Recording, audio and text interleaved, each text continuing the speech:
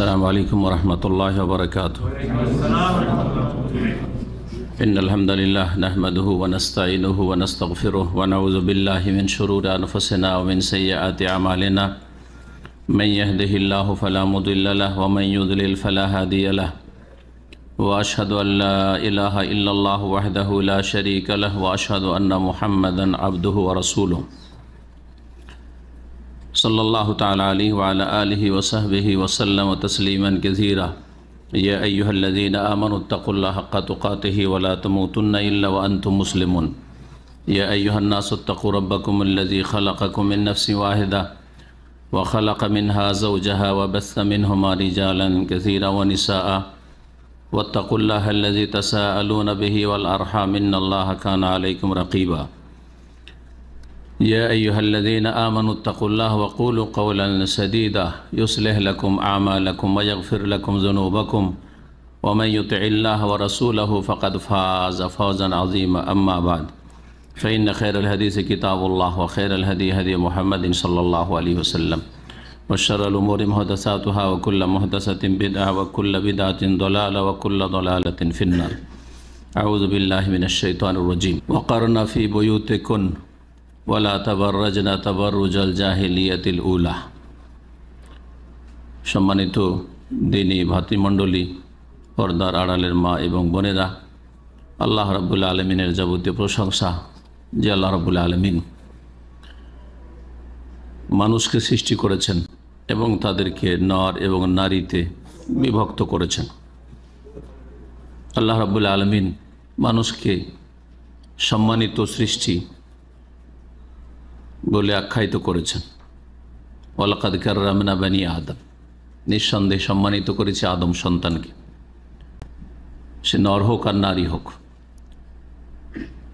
নারীদের সম্মানার্থে ইসলামে বেশ কিছু বিধিবিধান তাদের সুরক্ষার জন্য, তাদের হেফাজতের জন্য, তাদের মান ইজ্জত আবরু রক্ষার জন্য এবং তারা সসম্মানে যাতে করে জীবন যাপন করে, তাদের সম্পর্কে কোনো অসৎ ব্যক্তি অসৎ উদ্দেশ্য যেন পূরণ করার সাহস না পেতে পারে, এই সমস্ত কিছু খেয়াল রেখে দ্বীন ইসলামে হিজাব পর্দার বিধান ফরজ করা হয়েছে। পর্দাহীনতা, বেপর্দা বেহায়া চলাফেরা করা নারী জাতিকে লাঞ্ছিত করে, অপদস্থ করে, অপমানিত করে, বেইজ্জতির শিকার হয়, ধর্ষণের শিকার হয়। বরং সমাজে তাদের মূল্য যে কমে গেছে, যতটাই যে দেশে মূল্য কমেছে নারীদের, তাদের এই বেহায়াপনা, বেপর্দা বা পর্দাহীনতার কারণে। তারা যদি তাদেরকে সুরক্ষিত রাখার চেষ্টা করত তো আল্লাহ রাব্বুল আলামিন নারী জাতিকে সম্মানিত করেছেন, সেই সম্মান বহাল থাকত। আর এটা যদি ঠিক করে বুঝতে চান, আমার আলোচনার পূর্বে বলছি, তাহলে পাশাপাশি দুটো পরিবারকে রাখেন। আমাদের দেশে দিনদার পরিবারও আছে, যেই পরিবারে পর্দা আছে। বাড়ির ভিতরে বেগানা কোনো পুরুষ বিনা অনুমতিতে ঢোকে না, কোনো মহিলাকে ভিতরে ঢুকলেও দেখতে পাবে না যদি অনুমতিক্রমে ঢুকে তো। আর বাইরেও বেহায়া হয়ে মহিলারা বেরোয় না, সুতরাং তাদের মহিলাদেরকে দেখার কোনো সুযোগ পায় না, তাদের সাথে কথা বলার কোনো সুযোগ পায় না বেগানা পুরুষ। এই একটা পরিবারকে নেন, দিনদার ধার্মিক মুত্তাকি পরহেজগার পরিবার। আর একটি বেহায়া বেপর্দা বেদিন পরিবার, যাদের বাড়িতে পুরুষরা অহরহ ঢুকে এবং তাদের মহিলাদের সাথে বসে দীর্ঘ সময় গল্প করলেও তাদের আত্মমর্যাদা ক্ষুণ্ণ হয় না, বেগাইরাত হয়ে গেছে।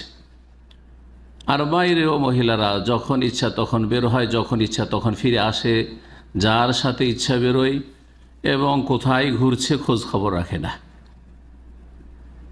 এই দুটো পরিবারের মেয়েদের বিবাহ শাদীর ক্ষেত্রে যুবকদের আগ্রহ, একটা যুবক দিনদার না হলেও তাকে জিজ্ঞেস করবেন যে দুটো পরিবার, দুটো বাড়ি আছে, তুমি কোন বাড়ি থেকে, কোন পরিবার থেকে মেয়ে বাছাই করতে চাও? জবাব একটা যদি অসৎ ছেলেও হয়, খারাপ ছেলে হয়, তবু জবাব কি আসবে? যে পর্দাওয়ালা বাড়ি থেকে আমি আমার স্ত্রী চয়েস করতে চায়, আমার জীবন সঙ্গিনী চয়েস করতে চায়। এর থেকে বোঝা যাচ্ছে যে পর্দার মাধ্যমে নারীদের কি করা হয়েছে? সম্মানিত করা হয়েছে। আর পর্দাহীনতা, বেহায়া বেপনা নারীদেরকে লাঞ্ছিত অবদস্ত করে দিয়েছে, তাদেরকে সস্তা করে দিয়েছে, জি, নিচে নামিয়ে দিয়েছে। আজকের আলোচনা বিষয়বস্তু হচ্ছে পর্দাহীনতার অপকারিতা সম্পর্কে, ক্ষতিকর দিক বেপর্দা বেহায়া চলাফেরার নিয়ে আলোচনা করব। কোরআন কারীমের সূরা আহজাবের আয়াত নম্বর 33-এ মহান আল্লাহ ইরশাদ করেছেন এই বেপর্দা চলাফেরা করা সম্পর্কে সতর্ক করতে গিয়ে। বেহায়াপনা, বেপর্দা চলাফেরা করা, পর্দাহীনতাকে আরবি ভাষায় তাবাররুজ বলা হয় বা সুফুর বলা হয়। সুফুর মানে খোলামেলা চলাফেরা করা, চেহারা খুলে, হাত পা খুলে, শরীরের বেশ কিছু অংশ খুলে চলাফেরা করা, এটা হচ্ছে সুফুর। জি, তাবাররুজ মানে নিজেকে প্রকাশ করা, অনিচ্ছাকৃত যেটুকু প্রকাশ হয় ওটুকু তো আল্লাহ জায়েজ করেছেন। ওয়ালা ইউবদিনা যিনাতাহুন্না ইল্লা মা যাহারা মিনহা, গত সপ্তাহে বা তার আগের সপ্তাহে যে পর্দার উপকারিতা এবং হিকমত সম্পর্কে আলোচনা করে তাতে বলেছি। কিন্তু তাবাররুজ হচ্ছে যা নিজে থেকে প্রকাশ করে শরীরের বেশ কিছু অংশ। বেহায়া বেপর্দা চলাফেরা করা বা পর্দাহীনতা, পর্দায় ঘাটতি ত্রুটি আংশিক অথবা না করা, এর ক্ষতিকর বেশ কিছু দিক রয়েছে। মহান আল্লাহ এই জন্য সতর্ক সাবধান করছেন, বলছেন ওয়াকারনা ফি বুয়ুতিকুন্না, নারী জাতিকে সম্বোধন করে আল্লাহ বলছেন, হে নারীরা, হে রমণীরা, তোমরা তোমাদের বাড়িতেই অবস্থান করো। তোমাদের আসল কর্মক্ষেত্র, কাজের জায়গা, চলাফেরার জায়গা, ডিউটির জায়গা হচ্ছে তোমাদের বুয়ুতুকুন, তোমাদের বাড়ি। সুতরাং তোমরা নিজের বাড়িতেই অবস্থান করো। যতটা কাজ নিজের বাড়িতে থেকে করা তোমাদের জন্য আবশ্যক, যে কাজগুলি করতে হয়, সেই ডিউটিটাই অনেক বড় লম্বা ডিউটি। যদি আমরা চিন্তা করে দিই, একজন মহিলা সকাল থেকে সন্ধ্যা পর্যন্ত বাড়িতে যে কাজগুলি করে, সংসারের পাকশাক থেকে শুরু করে পাকশাকের সাজ সরঞ্জাম প্রস্তুত করা, আর তারপরে বাড়িঘর পরিষ্কার পরিচ্ছন্ন রাখা, আর তারপরে ছেলে মেয়েদের প্রতিপালন করা, তাদের পরিচর্যা করা, তরবিয়ত করা, শারীরিক তরবিয়ত, পরিচর্যা, আর তারপরে ইমানি ইসলামী তরবিয়ত প্রশিক্ষণ, এইসব করা। ছেলে মেয়েদেরকে যেমন তাদের শরীরের পরিচর্যা লাগবে, সেবা যত্ন লাগবে, তেমন তার আগে তাদের ইমান আমল আখলাকের পরিচর্যা লাগবে, তাদের সেবা যত্ন লাগবে। এসব কার ডিউটি? বাপের ডিউটি না, বাইরে থাকি, কতক্ষণ খোঁজ খবর রাখে। এসব ডিউটি হচ্ছে মায়ের, এসব ডিউটি হচ্ছে নারীদের, যাদেরকে বাড়িতে এইসব ডিউটি দেওয়া হয়েছে। এছাড়াও বহু কাজ রয়েছে, স্বামীকে সন্তুষ্ট রাখার জন্য বহু কাজ রয়েছে এছাড়াও। জি হ্যাঁ, তারপরে গর্ভধারণ করা, স্তন্য দান করা, এসব বড় ডিউটি। এবং এই শিশুরা অসুস্থ হয়, তাদের জন্য রাত জাগা, টানা অনেক সময় কয়েক রাত জাগতে হয়, এগুলো কি ডিউটি না? কত কষ্ট করতে হয়। খেতে বসেছে, সাথে সাথে পেশাব পায়খানা করে দিয়েছে, খাওয়া দাওয়া ছেড়ে দিয়ে, থালা ছেড়ে দিয়ে, জুটা হাত ধুয়ে ওই অবস্থাতে এখন বাচ্চাকে সাফ করে ওঠাও পেশাব পায়খানা থেকে, এগুলো ডিউটি না? এগুলো একজন পুরুষের ক্ষমতা আছে? অসম্ভব। যদি ভাগ বন্টন করে দেওয়া হয় যে অর্ধেক তুমি করবে এসবের, অর্ধেক আমি করব, তো কোনো পুরুষ পারবে না করতে। এতগুলি ডিউটি আছে, তারপরেও মহিলারা আজকাল বাইরে ডিউটি করতে যায়, যে আমার স্বামী করছে, আমার ভাই করছে, আমি কেন করব না? যার ফলে অতিরিক্ত বোঝা নিজের উপর চাপিয়ে নিয়ে আসল যে ফরজ আল্লাহ করেছিলেন সেই ফরজগুলিতে অবহেলা করছে, অথবা সেগুলিতে এমন ঘাটতি করছে যে কিয়ামতে আল্লাহর সামনে দায়িত্বহীনতার অপরাধে ফেঁসে যাবে, যে তোমার আসল দায়িত্ব কেন পালন করোনি। আল্লাহ বলছেন ওয়াকারনা ফি বুয়ুতিকুন্না, হে নারীরা, তোমরা তোমাদের বাড়িতে অবস্থান করো। বাড়িতে অনেক কাজ রয়েছে, আর বাইরে যদি কাজ করতে হয়, ইসলামে তার বৈধতা আছে, সেখানেও এমন জায়গায় কাজ করে যেখানে শুধু মহিলারাই কাজ করে, শুধু মহিলারাই লেখাপড়া করে, হ্যাঁ, সেখানে পুরুষ আর মহিলা একাকার হয়ে কাজ করেন না। যুবক যুবতী সহশিক্ষায় লেখাপড়া, স্কুল কলেজে, ওই প্রাইমারি থেকে সহশিক্ষা শুরু হয়েছে, কলেজ ইউনিভার্সিটি মেডিকেল আর ইঞ্জিনিয়ারিং সব ক্ষেত্রে সহশিক্ষা না, এর বৈধতা কোথাও নেই। এটি হারাম, নাজায়েজ কাজ। আর এতে এই বেহায়াপনাতে, এই লজ্জাহীনতায়, লজ্জা যে হারিয়ে যায় এসব একসাথে কাজকর্ম করে একাকার হয়ে, যার ফলে যে বহু ক্ষতির দিক রয়েছে, অনিষ্ট রয়েছে, যা তিক্ত অভিজ্ঞতা আজকে মুসলিম সমাজের। যাদের বাড়িতে এসব দুর্ঘটনা ঘটছে তারা বেশি ভালো করে বুঝছে, যাদের মুখ কালা হয়ে যাচ্ছে, যাদের মেয়েরা যার সাথে ইচ্ছা বেরিয়ে চলে গেল, কাফেরের সাথে বেরিয়ে চলে গেল, বেদিনের সাথে বেরিয়ে চলে গেল, বাপ মা চায় না যে এমন ছেলেকে চয়েস করবে, তাদের সাথে বেরিয়ে চলে গেল, আর না হলে তার আগে ধর্ষিতা হয়ে গেল অথবা প্রতারিতা হলো, আরও কত কি হচ্ছে। জি হ্যাঁ, হারাম বাচ্চা গর্ভধারণ করলো, যারও সন্তান হইল, বংশের মুখ ডুবিয়ে দিল, মুখ কালা করে দিল। সব কি জন্য হচ্ছে? বেহায়াপনার কারণে হচ্ছে।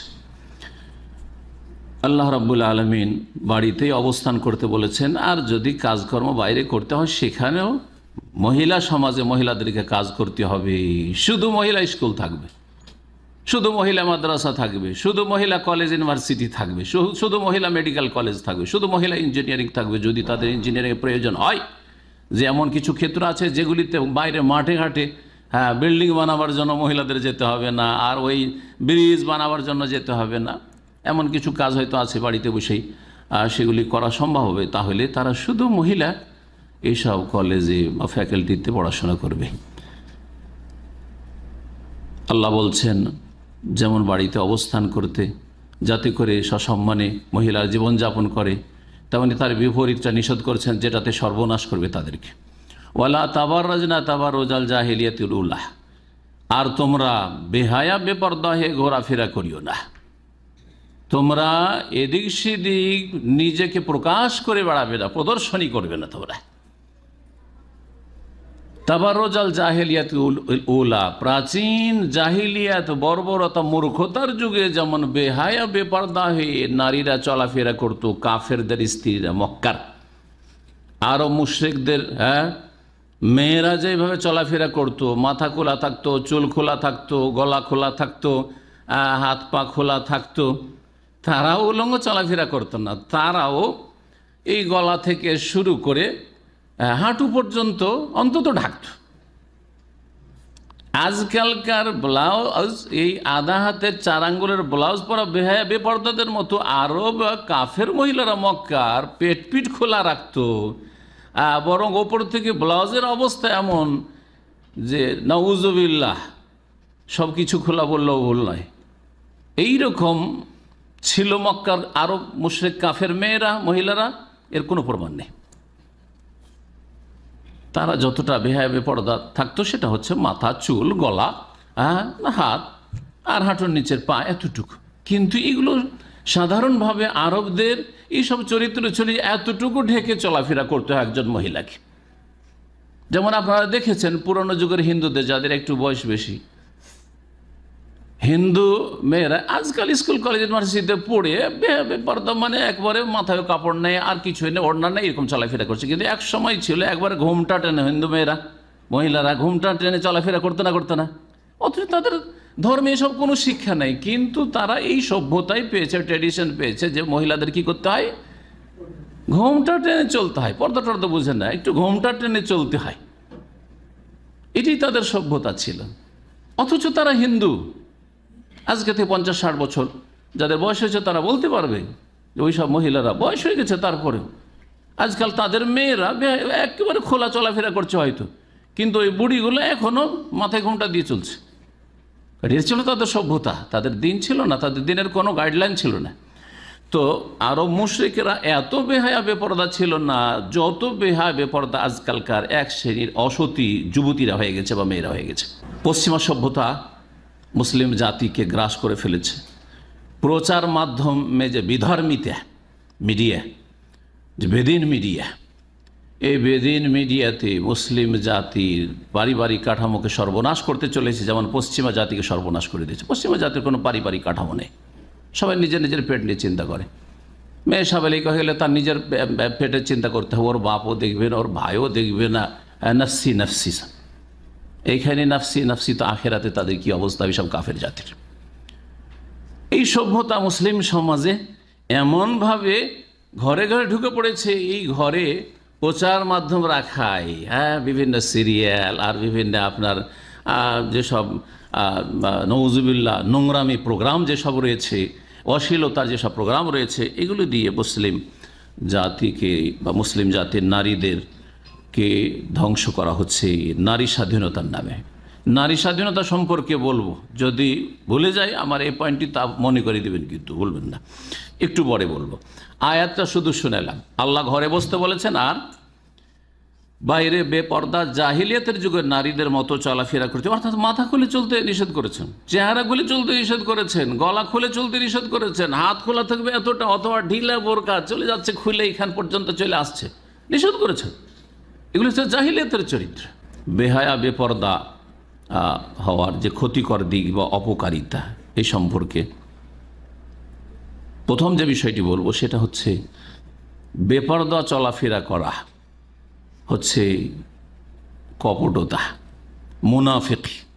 এটা হচ্ছে মুনাফিকি লক্ষণ। নবী মুহাম্মদ রাসূলুল্লাহ সাল্লাল্লাহু আলাইহি ওয়াসাল্লাম, একটি হাদিস রয়েছে সুনানে বাইহাকিতে, قال النبي صلى الله عليه وسلم خير نسائكم الودود والولود خير نسائكم الودود الولود। তোমাদের উত্তম নারী হচ্ছে ওই নারী বা ওই নারীরা যারা প্রেম বিনিময় করতে পারে স্বামীর সাথে, প্রেম ভালোবাসা সৃষ্টি করতে পারে, প্রেমময়ী। আল ওয়ালুদ, এবং বেশি বেশি ছেলে মেয়ে জন্ম দিতে পারে, বেশি বেশি গর্ভধারণ করতে পারে, তারা হচ্ছে ভালো। আর যে বলবে যে না না না এখনো বাচ্চা নেই, মানে বিয়ে করছে না, খবরদার না, এখনো বাচ্চা নিতে চাই না, 5 বছর একটু এনজয় করি, তারা ভালো না, তারা খের না, তার মানে সার, তারা খারাপ মহিলা। ভালো করে শুনে রাখেন, তারা হচ্ছে খারাপ মহিলা। যারা বাচ্চা নিতে আগ্রহী, বেশি বেশি বাচ্চা নিতে চায় না, একটা হয়ে গেছে আর 5 বছর বাচ্চা নেওয়ার নাম কথা নেই, যেসব মহিলা বলবো খারাপ। যে মহিলা 2টো বাচ্চা হওয়ার পরে বলছে যে জীবনের মতো হয়ে গেছে, আর জীবনে না, তোবা করছি, সে হচ্ছে খারাপ।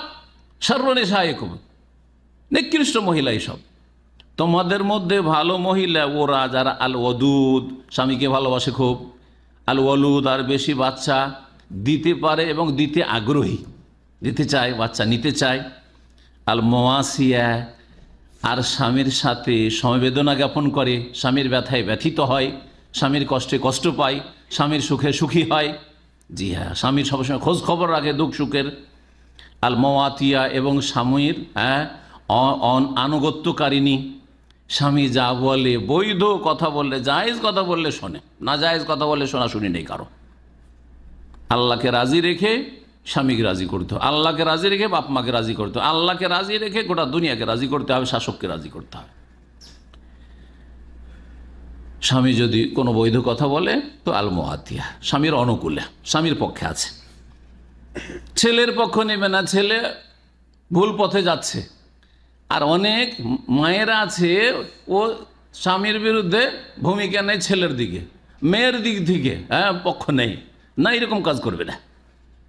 যখন বৈধ পথে স্বামী আছে, তাহলে এই কথা বললে হবে না যে না আমি এই ছেলের কথা সমর্থন করি, না, বৈধ কথার ক্ষেত্রে স্বামীর পক্ষে থাকতে হবে, কারণ স্বামীর আনুগত্য তোমার ফরজ, আর তোমার ছেলের আনুগত্য ফরজ করা হয়নি। যেমন উদাহরণস্বরূপ ধরেন, জায়েজ ক্ষেত্রে উদাহরণ দিই, বাপ বলছে যে আমি দেশেই পড়াবো, ছেলে বলছে না আমি বিদেশ যাবো, কোথাও ইউরোপ পড়তে যাব। এখন আজকালকার মা বা বাপ বলছে আমি মাদ্রাসায় পড়বো, আলেম বানাবো, আর মা ছেলে বলছে কোথায় পড়বো, স্কুল কলেজে পড়বো। এই উদাহরণগুলো নেই, ঠিক না? যাই যাচ্ছে স্কুল কলেজে পড়া, কিন্তু বাপ কি বলছে, মাদ্রাসায় পড়বো, আমি আলেমের দিন বানাবো, আমি ডাক্তার ইঞ্জিনিয়ার বানাতে চাই না। এখন মা অধিকাংশ ক্ষেত্রে কার পক্ষ নেই, ছেলের পক্ষ নেই, হারাম এটা। সে ভালো মহিলা নয়, আলমোয়াতিয়া নয়, সে স্বামীর অনুকূলে, স্বামীর পক্ষে না, সে স্বামীর পক্ষে থাকতে হবে। বড় দুঃখের বিষয়, একজন ভালো আলেম রিয়াজে থাকে, তার স্ত্রীর স্বামীর সাথে শুধু এই নিয়ে ঝগড়া। স্বামী বলছে আমি ছেলেদেরকে মেয়েদেরকে মাদ্রাসা পড়াবো, আরবি মাদ্রাসা এখানে নিয়ে এসেছি পড়াবো। স্ত্রী বলছে না, কখনো পড়াবো না, আমি বাংলাদেশ স্কুলে পড়াবো, ইন্টারন্যাশনাল স্কুলে পড়াবো, আমি ডাক্তার বানাবো, ইঞ্জিনিয়ার বানাবো। এই ঝগড়া করতে করতে এক পর্যায়ে গিয়ে তালাকই হয়ে গেল। আউযুবিল্লাহ, তালাক হয়ে গেল। জি, অনেক আগের কথা বলছি। খুব বড় আলেম ছিলেন ঢাকার একজন, তার ছেলেরা কেউ একটা আলেম হয়নি। জিজ্ঞেস করলাম কাছের লোকে তাদের, এত বড় একজন আলেম ছিলেন, খুব প্রসিদ্ধ আলেম, নাম বলে অনেকে চিনে ফেলবেন, দুনিয়া থেকে বিদায় নিয়েছেন, নাম বলবো না, নাম বললে গীবত, আর না হলে এমনি আপনাদের নসিহতের জন্য বলছি। একটাও ছেলে আলেম হয়নি। জিজ্ঞেস করলাম অনেকদিন আগে যে কী ব্যাপার, তার ছেলেদের সাথে মক্কায় দেখা হলো, ওমরাতে এসছে, কী ব্যাপার, একটাও ছেলে, সব জেনারেল শিক্ষিত, আর কারো দাড়ি নাই, কিচ্ছু নেই, এই অবস্থা কেন একজন আলেমের ছেলের? মাদ্রাসা কেন একটা ছেলেকে আলেম বানায়নি? বলছে আর বলবেন না, অমুক আলেম সাহেব বলতেন যে আমি ছেলেদেরকে মাদ্রাসা পড়াবো। হ্যাঁ, মা বলতেন না আমি মাদ্রাসা পড়াবো না, আমি ওই ফকিরি বিদ্যা পড়াবো না, আমি মাদ্রাসা পড়াবো না, আমি হুজুর বানাবো না, আমি ডাক্তার ইঞ্জিনিয়ার বানাবো। আউযুবিল্লাহ। এই সব মহিলা ভালো না, খারাপ মহিলা। জি, ভালো করে শুনে রাখেন। বিশেষ করে মহিলাদেরকে বলছি আলোচনাগুলি, এগুলি তাদের উদ্দেশ্যে বলছি। স্বামী যেটা বলছে, স্বামীকে আল্লাহ কাওয়াম বানিয়েছেন, আর রিজালু কাওয়ামুন আলান নিসা, নেতৃত্ব তার চলবে, আমি কি পড়াবো না পড়াবো। এই ক্ষেত্রে সেখানে বাহাদুরি দেখালে হবে না, নিজের নেতৃত্ব হাতে নেওয়ার চেষ্টা করলে হবে না, অথবা নিজের দাপট দেখাবার চেষ্টা করলে হবে না, অথবা নিজে বেশি আমি বুঝি যে আজকালকার যুগ জামানা এইরকম, সুতরাং তুমি যেটা বলছো সেটা ঠিক না, আমারটা ঠিক, এটা এইসব করলে হবে না। যেটা স্বামী বলছে, হ্যাঁ পরামর্শের ভিত্তিতে করা যেতে পারে, কিন্তু গায়ের জোর দেখে নাই।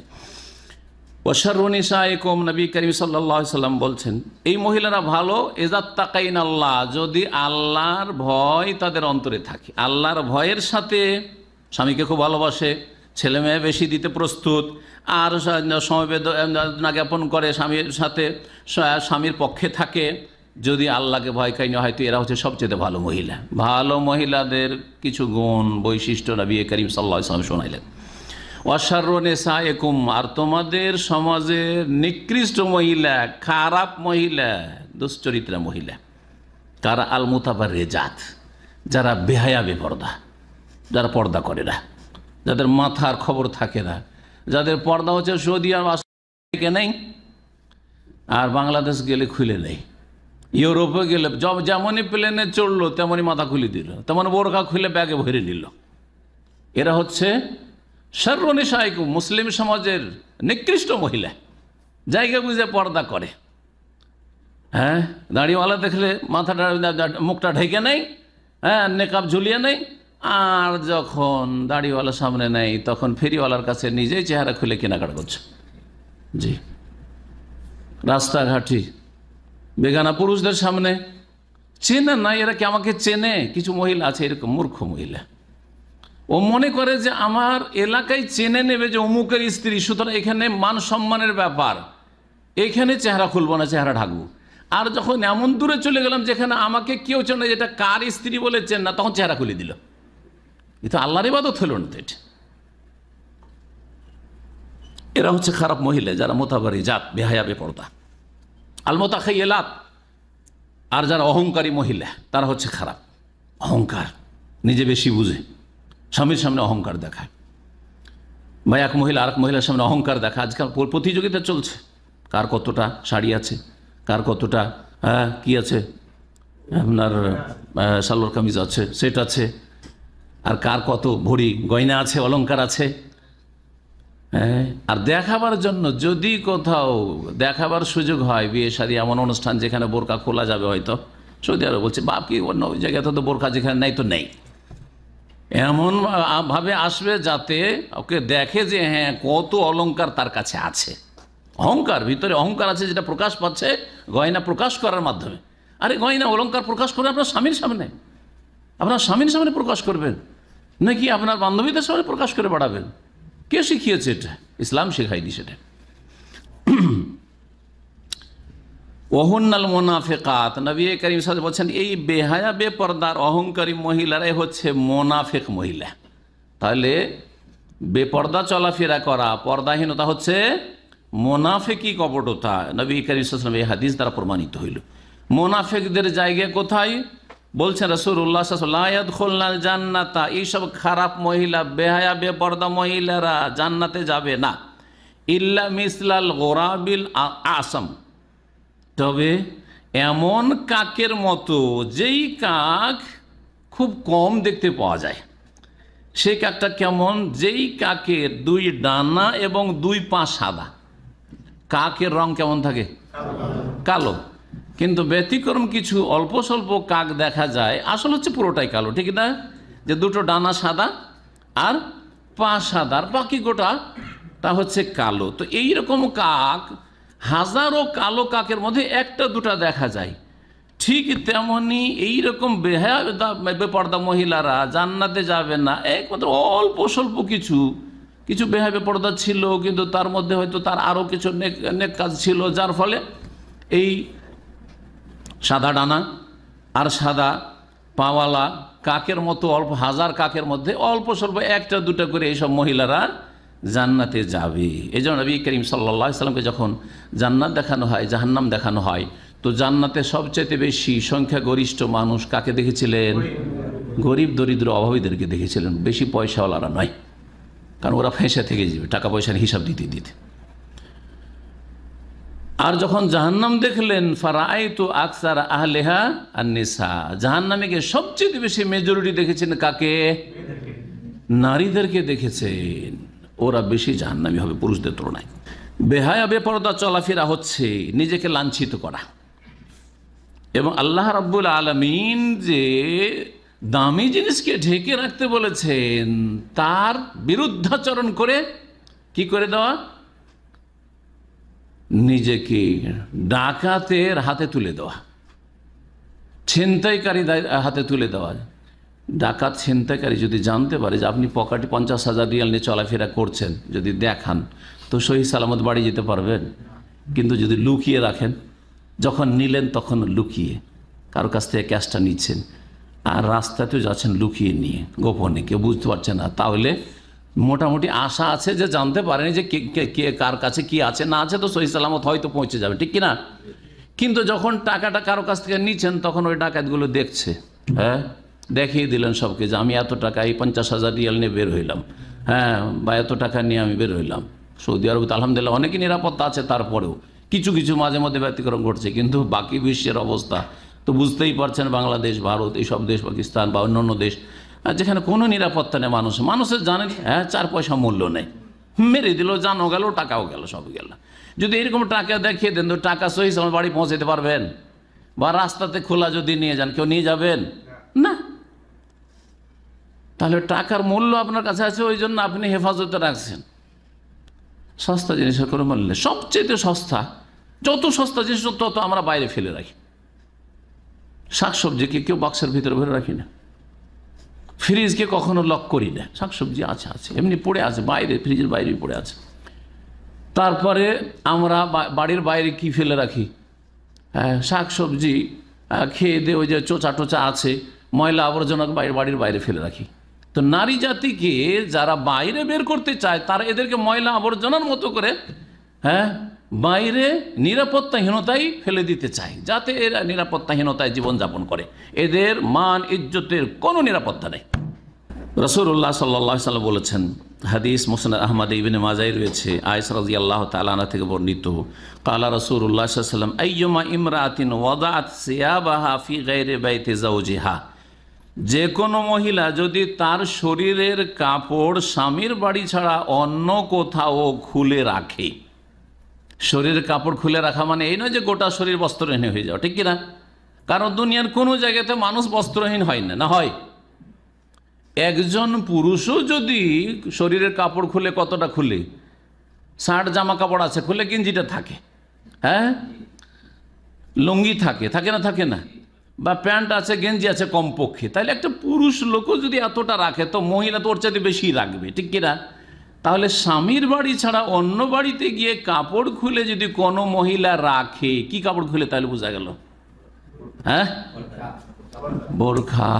বোরখা ছাড়া ধরেন ওড়না, মহিলাদের সামনে যদি হয়, তো মহিলাদের সামনে মোটামুটি মাথা খুললে অসুবিধা নেই, কিন্তু তারপরে মনে রাখবেন সেই বাড়ির মহিলারা দিনদার আল্লাহ ভীরু হইতে হবে, যাতে করে ওদের অন্তরে আল্লাহর ভয়ই থাকে যে এই মহিলাটিকে দেখার পরে ওর স্বামীর সামনে তার রূপ লাবণ্য বয়ান করবে না, আরে অমুকের স্ত্রীকে দেখলাম, দেখতে এই রকম। আজকাল মোবাইলের ফিতনার যুগে যাতে আশঙ্কা না থাকে যে ওই রকম মাথা খুলে বসে আছে আর একেবারে বেখেয়াল হয়ে খাওয়া দাওয়া করছে আর এই দিকে ছবি নিয়ে ফেললো, করতে পারে না? পারে না? সজাগ থাকতে হবে। তাহলে বোঝা গেল যে অপর বাড়িতে গেলে এমনভাবে থাকতে হবে যাতে করে এই সুযোগগুলি না পায়। দিনদার পরহেজগার বাড়ি তাহলে ঠিক আছে, অসুবিধা নেই। মাথার চুল মহিলার সামনে মাথার চুল খুলতে পারে, চেহারা খুলবে, হাত খুলবে, আর হাঁটুর নিচে পর্যন্ত ঠিক আছে, মহিলার সামনে খুলবে। কিন্তু যদি দেখা যায় যে ওই মহিলারা অত দিনদার নয়, অথবা কাফের মহিলা, ফাসেক মহিলা, বেহায়া বেপর্দা মহিলা, তাহলে তাদের সামনে মাথার চুল খুলবে না, গলা খুলবে না। জি, সতর্ক থাকবে। সতর্কতা জরুরি, কারণ হতে পারে যে স্বামীর সামনে অথবা অন্য কোনো পুরুষদের সামনে যারা বেহায়া, অন্যদের সাথে গল্প গুজব করে, আরে অমুক মহিলা আজকে আমাদের বাসায় দাওয়াত খেতে এসছে, দেখলাম খুব সুন্দরী। চিন্তা করুন দেখি আপনার স্ত্রী সম্পর্কে যদি এই কথা বয়ান করে, বা দেখতে এইরকম, দেখতে নাক মোটা, এই সেই যদি বয়ান করে, তো আপনাকে ভালো লাগবে? একজন দিনদার মানুষ, তাহলে বোঝা যাচ্ছে যে একজন, বা আপনার স্ত্রী যদি দিনদার হয়তো ভালো লাগবে? কখনো না। সেই জন্য যেটুকু সাধারণত মহিলার সামনে কাপড় রাখতে পারে, সেটাও অপর বাড়িতে গিয়ে যেখানে আশঙ্কা আছে অপর পুরুষের নজর পড়তে পারে, হঠাৎ করে নজর পড়তে পারে, অথবা সেসব মহিলারা ভালো নয়, তাহলে সেখানে শরীরের কাপড় বোরখা খুলে রাখবে না, খুব বেশি তো চেহারাটা খুলবে, মাথার কাপড় খুলবে না। কোনো মহিলা যদি স্বামীর বাড়ি ছাড়া অন্য কোথাও গিয়ে কাপড় খুলে রাখে, ওড়না খুলে দিল, শুধু সালোয়ার আর কামিজে আর ঘোরাফেরা করছে, এই রুম থেকে ওই রুমে যাচ্ছে, আর হঠাৎ করে তার স্বামী হয়তো ঢুকেছে, নজর পড়ে গেল, হঠাৎ করে সাবালক ছেলে এই দিক থেকে ওই দিকে আসছিল, নজর পড়ে গেল। হচ্ছে না? হচ্ছে না? জি, আজকাল এক বাসা থেকে আর এক বাসা দাওয়াত খেতে গিয়ে যুবকরা প্রেম করার চান্স পাচ্ছে। খবরটা ভালো করে বলি দিই আপনাকে, সৌদি আরবে এখানেও চান্স পাচ্ছে বাঙালি কমিউনিটিতে। জি, দামাম থেকে খোবারে দাওয়াত খেতে গেছে, বৃহস্পতি শুক্রবার রাতে দাওয়াত খেতে যায়, দাওয়াত খেতে গেছে, মাত্র 15-16 বছরের মেয়ে, ওখানে গিয়ে যেই বাড়িতে দাওয়াত খেয়েছে ওই বাড়িতে সাবালক ছেলে আছে, ওর সাথে তখন লাইন হয়ে গেছে, নাম্বার দেওয়া হয়ে গেছে, পরে কানেক্টেড হয়ে গেছে, একবারে চলছে, চরম পর্যায়ে পৌঁছে গেছে। এখন মেয়ে উধাও হয়ে যাবে, এরকম পরিস্থিতি। একটা ঘটনা না, বেশ কিছু ঘটনা আছে যেগুলো খবর আছে আমার কাছে। জি, সুতরাং সতর্ক সাবধান করছি, আপনি আপনার যুবতী মেয়েদেরকে বা সাবালিকা মেয়েদের কোথায় নিয়ে যাচ্ছেন, বা আপনার ওয়াইফকে কোথাও নিয়ে যাচ্ছেন, আপনার খেয়াল রাখতে হবে। জি, এবং সেখানে কোন লেবাসে থাকা উচিত। জি, যেখানে বসতে দেওয়া হয়েছে সেই জায়গাটি পুরুষের সমাগম থেকে মুক্ত কি না, সব দেখার বিষয় রয়েছে। যদি কেউ স্বামীর বাড়ি ছাড়া অন্য কোথাও শরীরের কাপড় খুলে রাখে, ফাকাদ হাতাকাত সিতরা মা বাইনাহা ওয়া বাইন আল্লাহ আযজা ওয়া জাল্লা, তাহলে সে আল্লাহ এবং তার মাঝে যে পর্দা ছিল সেটাকে ছিন্ন ভিন্ন করে দিল। আল্লাহ রাব্বুল আলামিন তার ইজ্জত যে ঢেকে রেখেছিলেন সেই ইজ্জতটাকে সে নষ্ট করলো। কারণ কারো কুদৃষ্টি পড়তে পারে, কারো অসৎ নিয়ত হইতে পারে। অনেকে আছে অসৎ নিয়তের, ওকে নিজের স্ত্রীর চাইতে অপর স্ত্রী ভালো লাগে, বা নিজের স্ত্রী হয়তো অত দেখতে ভালো না, আরেকজন স্ত্রী দেখতে সুন্দরী লেগেছে, হঠাৎ নজর পড়েছে, ওর ফিতনায় পড়ে গেছে। সুবহানাল্লাহ, এই ফিতনা যে কত মারাত্মক ফিতনা, যে এটা বুঝবে ওরা যারা এইরকম রোগে আক্রান্ত হয়েছে, তারপরে তওবা তৌফিক হয়েছে। তওবা তৌফিক না হলে তো জাহান্নামে চলে গেছে ওই রাস্তায়। তওবা হলে তিক্ত অভিজ্ঞতা আছে যে আমি কোন ফাঁসা ফেসেছিলাম। জি, বেহায়া বেপর্দা চলাফেরা করা হচ্ছে ইবলিসের আদর্শ। বেহায়া বেপর্দা চলাফেরা ইবলিস শয়তানের আদর্শ। কেমন করি? আপনারা জানেন যে আদম হাওয়া আলাইহিমুসসালাম, তাদেরকে আল্লাহ রাব্বুল আলামিন জান্নাতে রেখেছিলেন।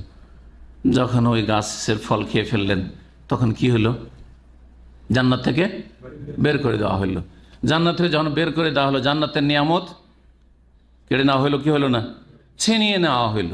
তার মধ্যে একটি নিয়ামত ছিল পোশাকের নিয়ামত, পোশাক ছিনিয়ে নেওয়া হইল, উভয়ে বস্ত্রহীন হয়ে গেলেন, দুনিয়ার কেউ দেখছে না।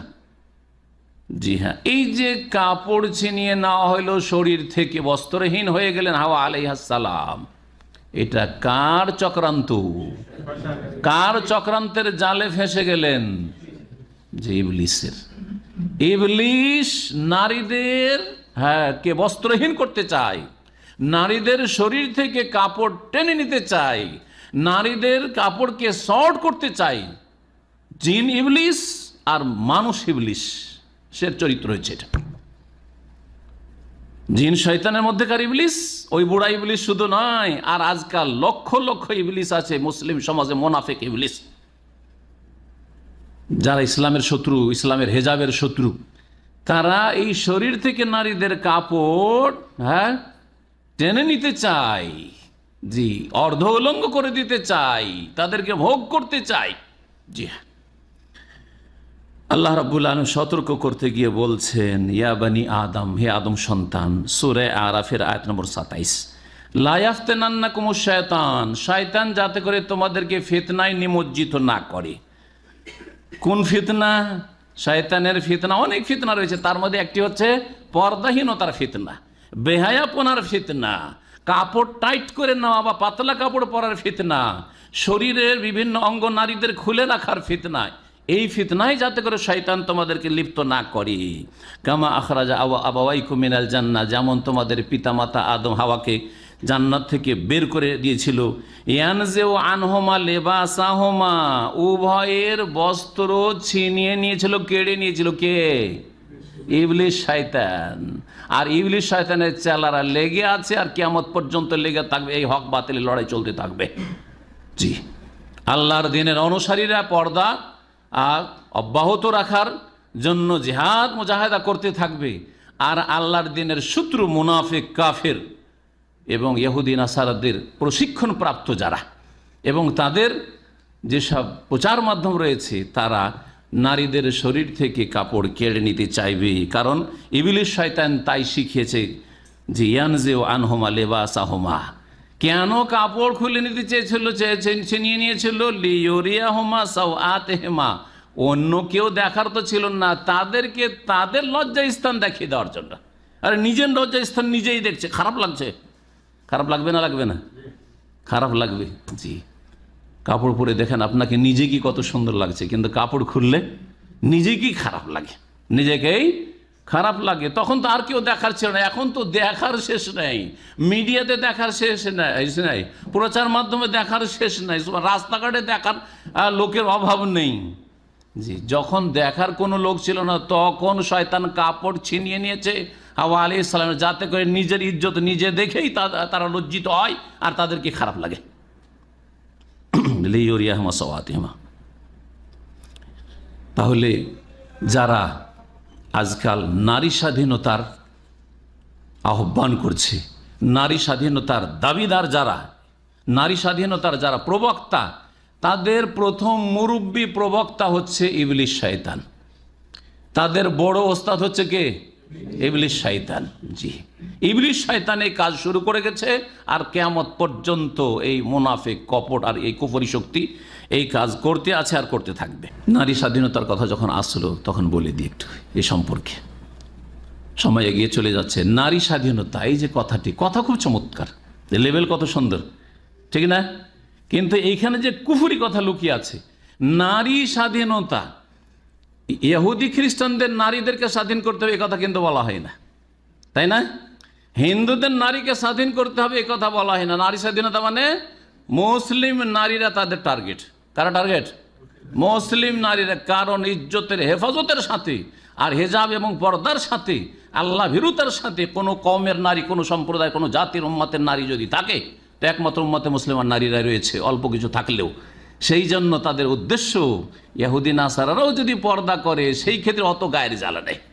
হ্যাঁ, ইহুদি নাসারদের যারা ধর্মকর্ম করে, যেসব মহিলারা, যেমন খ্রিস্টানদের নান, তারপরে আরও যেসব মহিলারা আছে, তাদের ধর্মকর্ম করে, আর সেটাকে বলে যে তাদের ধর্মীয় স্বাধীনতা, সেই ক্ষেত্রে কিন্তু হস্তক্ষেপ করে না, সেই ক্ষেত্রে কোনো খারাপ মন্তব্য করে না। কিন্তু মুসলিম রমণী যখন হিজাব পর্দা করে, তখন গায়ে আগুন লেগে যায় এই ইবলিসের চালা মুনাফিক কপটদের, আর গায়ে আগুন লেগে যায় এই কুফরি শক্তির। তখন নারী স্বাধীনতার কথা বলে। শোনেন ভালো করে, নারী স্বাধীনতা, নারী স্বাধীনতা নয়, এটা হচ্ছে নারী পর্যন্ত পৌঁছার স্বাধীনতা। তাহরিরুল মারআ নয়, তাহরিরুল উসুল ইলাল মারআ। ভালো করে শুনে রাখেন, নারীদেরকে স্বাধীনতা কুফরি। একটি কথা আগে বলে নিই যে নারীদেরকে স্বাধীন করতে হবে, তার মানে এইটি কেন কুফরি কথা বললাম? তার মানে এই যে ইসলাম নারীদেরকে গোলাম বানিয়ে, দাসী বানিয়ে রেখেছে, নারীদেরকে বন্দি করে রেখেছে, জেলখানে ভরে রেখেছে, নারীদেরকে অবরোধ করে রেখেছে, ইসলাম জুলম অত্যাচার করেছে। এই জুলমের অবসান ঘটাতে হবে, নারীরা পরাধীন হয়েছে, নারীদেরকে স্বাধীন করতে হবে। কথা বোঝা গেছে না? সুতরাং এই যে নারী স্বাধীনতা কথাটি হচ্ছে কুফরিয়া কথা, কুফরিয়া কথা, ইসলামের বিরুদ্ধে সরাসরি এই কথাটি যে নারীদেরকে ইসলাম স্বাধীনতা দেয়নি। ইসলামকে দিয়েছেন? ইসলাম কার দিন? আল্লাহ নাজিলকৃত দিন। সুতরাং যখন ইসলামের স্বাধীনতা দেয়নি তো ইসলাম জুলুম করেছে, তো জুলুম কে করলো? আল্লাহ জুলুম করলেন, ঠিক না? আল্লাহ নারীদের উপর জুলুম করেছে। হে নারী জাতি, তোমাদেরকে বাড়িতে বসতে বলেছে, তোমাদেরকে বাইরে বেরোলে পুরুষদের মতো তোমরা চেহারা খুলে মাথা খুলে ঘোরাফেরা করতে পারবে না, যে কোনো যুবকের সাথে যেখানে ইচ্ছা সেখানে যেতে পারবে না। এইসব কেন? তোমাদের উপর জুলুম অত্যাচার করেছে। কুফরিয়া কথা, এটি কুফরিয়া কথা। এক তো কুফরিয়া কথা, আর এটি হচ্ছে চরিত্রহীনদের অসৎ উদ্দেশ্য হাসিল করার, এটি হচ্ছে স্লোগান। নারী স্বাধীনতা মানে নারীর ইজ্জত পর্যন্ত পৌঁছার স্বাধীনতা। কারণ নারীরা যদি হেজাব করে, প্রথম হেজাব গত সপ্তাহে বলেছিলাম, অন্তরে আল্লাহর তাকওয়া আছে, ওয়া লিবাসুত তাকওয়া যালিকা খায়র, আল্লাহ ভীরু তার পোশাক অন্তরে আছে। সুতরাং আল্লাহর ভয় এক নম্বরে, আর তারপরে বাড়ির ভিতরেও নারীরা যে থাকে সেখানে বেগানা বাইরের কোনো পুরুষ, পাশের প্রতিবেশীও ঢুকতে পারে না বিনা অনুমতিতে। আর ঢোকার আগে নারীদেরকে জানিয়ে দেওয়া হয় যে কোনো বেগানা পুরুষ বাড়িতে ঢুকতে যাচ্ছে, নিজ নিজ ঘরে এখন ঢুকে পড়ো, বাইরে বেরোবে না এতক্ষণ যতক্ষণ পুরুষরা আসছে, ঠিক না? কাজ করার জন্য বাড়িতে লেবার ঢুকতে যাচ্ছে, তোমরা নিজের নিজের ঘরে অথবা পাকরুমে ঢুকে যাও, আর বেরোবে না। এটা হচ্ছে ইসলামিক পরিবার। এইরকম যদি বাড়িতে পর্দার সাথে থাকে, যেখানে কোনো পুরুষ মহিলার কাছে ঢুকতে পারে না, বেগানা পুরুষ, বাইরে যখন মহিলারা বেরোবে তখন হেজাব পর্দার সাথে বেরোবে, যাদেরকে দেখলে কোনো সাহসী করবে না অসৎ চরিত্রের এই ইবলিশ শয়তানের চেলারা, যে এই নারীকেও কোনো রকম রাজি করা যেতে পারে, এই সাহসী হবে না, ঠিক না? তারপরে বাইরে যখন কর্মক্ষেত্রের কথা আসলো অথবা শিক্ষা অঙ্গনের কথা আসলো, সেখানে মহিলাদের শিক্ষার ব্যবস্থা আলাদা, ছেলেদের শিক্ষার ব্যবস্থা আলাদা, যুবকের শিক্ষার ব্যবস্থা আলাদা, যুবতীদের শিক্ষার ব্যবস্থা আলাদা। তাহলে বাইরেও কোথাও অসৎ লোকেরা, রোগাক্রান্ত, যাদের অন্তরে ব্যভিচারের রোগ আছে, অশ্লীলতার রোগ আছে, এইসব পুরুষ যুবকরা ওই যুবতীদের পর্যন্ত পৌঁছার স্বাধীনতা পেল না। ইসলামের হেজাব যদি থাকে তো এই অসৎ চরিত্রের লোকেরা নারী পর্যন্ত, নারীর ইজ্জত হরণ করার, নারীর ইজ্জতের ডাকাতি করার স্বাধীনতা পাচ্ছে না। সুতরাং নারী স্বাধীনতার সুন্দর একটা লেভেল লাগিয়ে দিয়ে নারীদের কাছে যদি আমরা বাড়িতে ঢুকতে পারি, অসুবিধা কি? আমরাও মানুষ, আপনারা মানুষ, আরে আপনারা পর্দায় কেন ঢোকেন? হ্যাঁ, একটু কথা বলেন। এদিকে বাইরে যখন বেরোলো, আপনিও মানুষ আমিও মানুষ, আবার চেহারা ঢাকা কিসের আর মাথা ঢাকা কিসের? আবার যখন লেখাপড়ার কথা আসলো, আরে নারী জাতি নর থেকে যুবকরা যুবতীদের থেকে এক্সপিরিয়েন্সের অভিজ্ঞতা নিবে, আর যুবতীরা মেয়েরা ছেলেদের থেকে অভিজ্ঞতা নিবে। সুতরাং সহশিক্ষাতে ভালো, এসব শয়তানি যুক্তিতে মুক্তি মনে করা, এই করার উদ্দেশ্য হচ্ছে যাতে করে নারী জাতির ইজ্জত হরণ করা যায়, ডাকাতি করা যায়।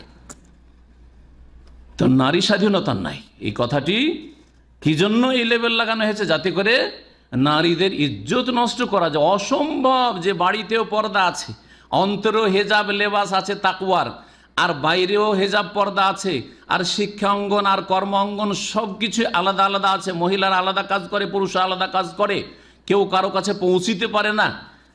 আর তারপরে সেখানে জেনা হবে, অশ্লীলতা ছড়াবে, আর যারও সন্তানের ছড়াছড়ি হবে, আর রাস্তাঘাটে শিশুদেরকে ফেলে দিয়ে চলে যাবে হারামি শিশু জন্মেইবে না, আর তার বংশের মুখ কালা হবে। প্রশ্নে ওঠে না মুখ কালা হওয়ার, কারণ নারীদের ক্ষেত্রে আলাদা রয়েছে আর নরদের ক্ষেত্রে পুরুষদের ক্ষেত্রে আলাদা রয়েছে। এটা ইসলামের শত্রুরা চায় না, মুনাফিকরা চায় না, বরং নারীদের ইজ্জত হরণ করার জন্য নারী স্বাধীনতার এই লেভেলটি বা এই সাইনবোর্ড দিয়ে এই অল্প বুঝা নারীদেরকে প্রতারিত করতে চেয়েছে, ধোঁকা দিতে চেয়েছে।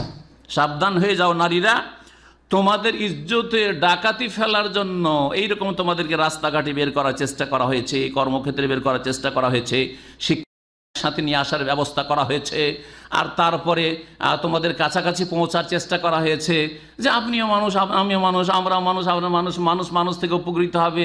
আর অসুবিধা কি, একটা কি মানসিকতার ব্যাপার। এই যে মানসিকতা, এই কথাটাও বলে দিই, ইসলামে মানসিকতা শুধু নয়, মানসিকতা এই কথাটি শুধু একজন মুসলিম বলবে, তাহলে সে মুসলিম কি করে? মানসিকতার কথা বলে যে মানসিকতা ঠিক থাকলেই তো জেনা হয় না, মানসিকতা ঠিক থাকলেই তো ধর্ষণ হয় না। এই কথাটি একজন বিধর্মী বলতে পারে, একজন কাফের বলতে পারে, এটা মুসলিমের কথা না। এটা তো ইহুদিও বলবে একজন। হ্যাঁ, মানবতার কথা আর মানসিকতার একটা মানবতা, যে আমি মানুষ হিসাবে একজন মানুষের মতো চলতে হবে, আর মানসিকতা মানে নিজের মানসিকতা ঠিক রাখতে হবে যে এটা হচ্ছে অমুকের মেয়ে, আমারও তো মেয়ে আছে, তারপর এটা হচ্ছে অমুকের মা বোন, আমারও তো মা বোন আছে। তো এই চেতনাটা শুধু মুসলিমদের মধ্যে নেই, এটা ইহুদিদের মধ্যে আছে, এটা হিন্দুদের মধ্যেও থাকতে পারে, এটা খ্রিস্টানের মধ্যেও থাকতে পারে, এটা নাস্তিকের মধ্যেও থাকতে পারে। সুতরাং এটা এমন বড় বিষয় নয়, এটাতে মানুষকে পাপ থেকে বিরত রাখতে পারে। শুধু মানসিকতা পরিবর্তন করলেই হয়ে যায়, আর মানসিকতা ঠিক থাকলেই আমরা ধর্ষণকে এড়াতে পারবো, এটা বেদিনদের কথা, এটা একজন মুসলিমের কথা নয়। মানবতার মানসিকতা ওইসব তো আছেই, তার সাথে আল্লাহ ভীরুতা লাগবে, তাকওয়া, তার সাথে প্রোটেকশন, সুরক্ষার ব্যবস্থা লাগবে। হ্যাঁ, আমরা নিজের ধন সম্পদের ক্ষেত্রে মানসিকতা আর মানবতা বলতে ছেড়ে দিই না। যার একটা তো মানবতা আছে, আবার কারো কেন চুরি করবে কেউ?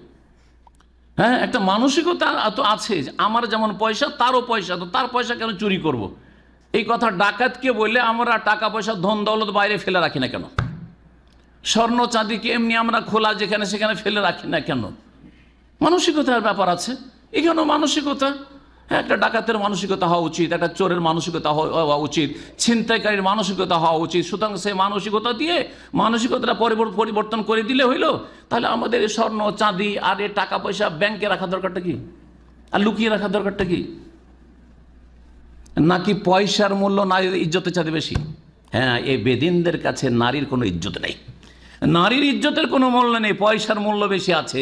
সেজন্য দেশের ব্যাংকে নিরাপত্তা খুঁজে পাচ্ছে না। দেশে রাখলে কি জানি কি হয় ব্যাংকের অবস্থা, বিদেশে ওই সুইস ব্যাংকে রেখে আসে, এই বেদিনগুলো সুইস ব্যাংকে রেখে আসে, ওখানে হেফাজতে টাকা থাকবে, জীবন ওই টাকা উঠে আসে না, আর ভোগ করতে পারে না। আর যদি উঠাও আসে তো এই টাকা পয়সার হেফাজতের জন্য, ধন দৌলতের হেফাজতের জন্য বিদেশে অ্যাকাউন্টে রেখে আসছো টাকা পয়সা, আর তোমার মেয়ের, তোমার বোনের, তোমার মা খালার ইজ্জতের হেফাজতের জন্য কোনো ব্যবস্থা নিতে হবে না, কোনো পদক্ষেপ নিতে হবে না, এমনিতেই সুরক্ষিত থাকবে চরিত্রহীনদের কুদৃষ্টি থেকে আর তাদের জুলম অত্যাচার থেকে। আল্লাহ রাব্বুল আলামিন বুঝার তৌফিক দান করেন। বলছিলাম পর্দাহীনতা হচ্ছে তাহলে ইবলিশের আদর্শ, এই কথাটি বললাম। পর্দাহীনতা হচ্ছে নোংরা জাহিলিয়াত, আল্লাহকে জাহিলিয়াত বলে আখ্যায়িত করেছেন। যেমন সূরায়ে আহজাবের আয়াত নম্বর 33 দিয়ে শুরু করেছে, ওয়ালা তাবাররাজনা তাবাররুজাল জাহিলিয়াতুল, বেহায়া বেপরদা চলাফেরা করা হচ্ছে আবু লাহাবের স্ত্রীর মতো চলাফেরা করা, আবু জাহালের স্ত্রীদের মতো চলাফেরা করা, ওই রকম কাফের যারা যুগে যুগে ছিল তাদের নারীদের মতো। আপনি একজন মুসলিম হিসেবে চান যে আপনার মা বোনরা ওই আবু জাহাল আবু লাহাবের স্ত্রীদের মতো হোক, মা বোনদের মতো হোক? পর্দাহীনতা আজকাল মনে করা হচ্ছে যে যদি নারীরা নিজের ইচ্ছা মতো কাপড় চোপড় পরে তাহলে এটা কি, হ্যাঁ, উন্নত হইল, এইটুকু কি হলো, বেশ উন্নত হয়েছে একটু, হ্যাঁ, পশ্চিমাদের মতো হয়ে গেছে, সুতরাং উন্নত হয়েছে না। এর বিপরীতটা শুনে রাখেন, বেহায়া বেপরদা চলাফেরা করা হচ্ছে অবনতি, অধপতন, নিচে নেমে যাওয়া, সম্মান না, মানহানি বরং। কেমন করি দেখেন, দুনিয়ার মধ্যে কোন কোন জাতি কাপড় পরিধান করে, কোন কোন মাখলুক আল্লাহর কাপড় পরিধান করে? হ্যাঁ, মানুষ। আর গরু কাপড় পরে না, ছাগল বকরি কাপড় পরে না, কুকুরে কাপড় পরে, শুকুরে। তাহলে বোঝা গেল যে কাপড় না পরাটা মানুষের চরিত্র না, মানুষের স্বভাব না, মানুষের ফিতরাত নেচার না। মানুষের নেচার হচ্ছে শরীর ঢাকা, আর উলঙ্গ থাকা, বস্ত্রহীন থাকা, এটি কার নেচার?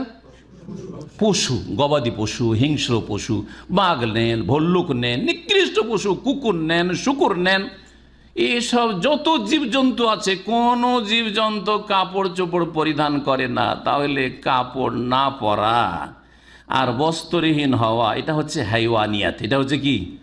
পাশবিক চরিত্র। এটা হচ্ছে জি পাশবিক চরিত্র।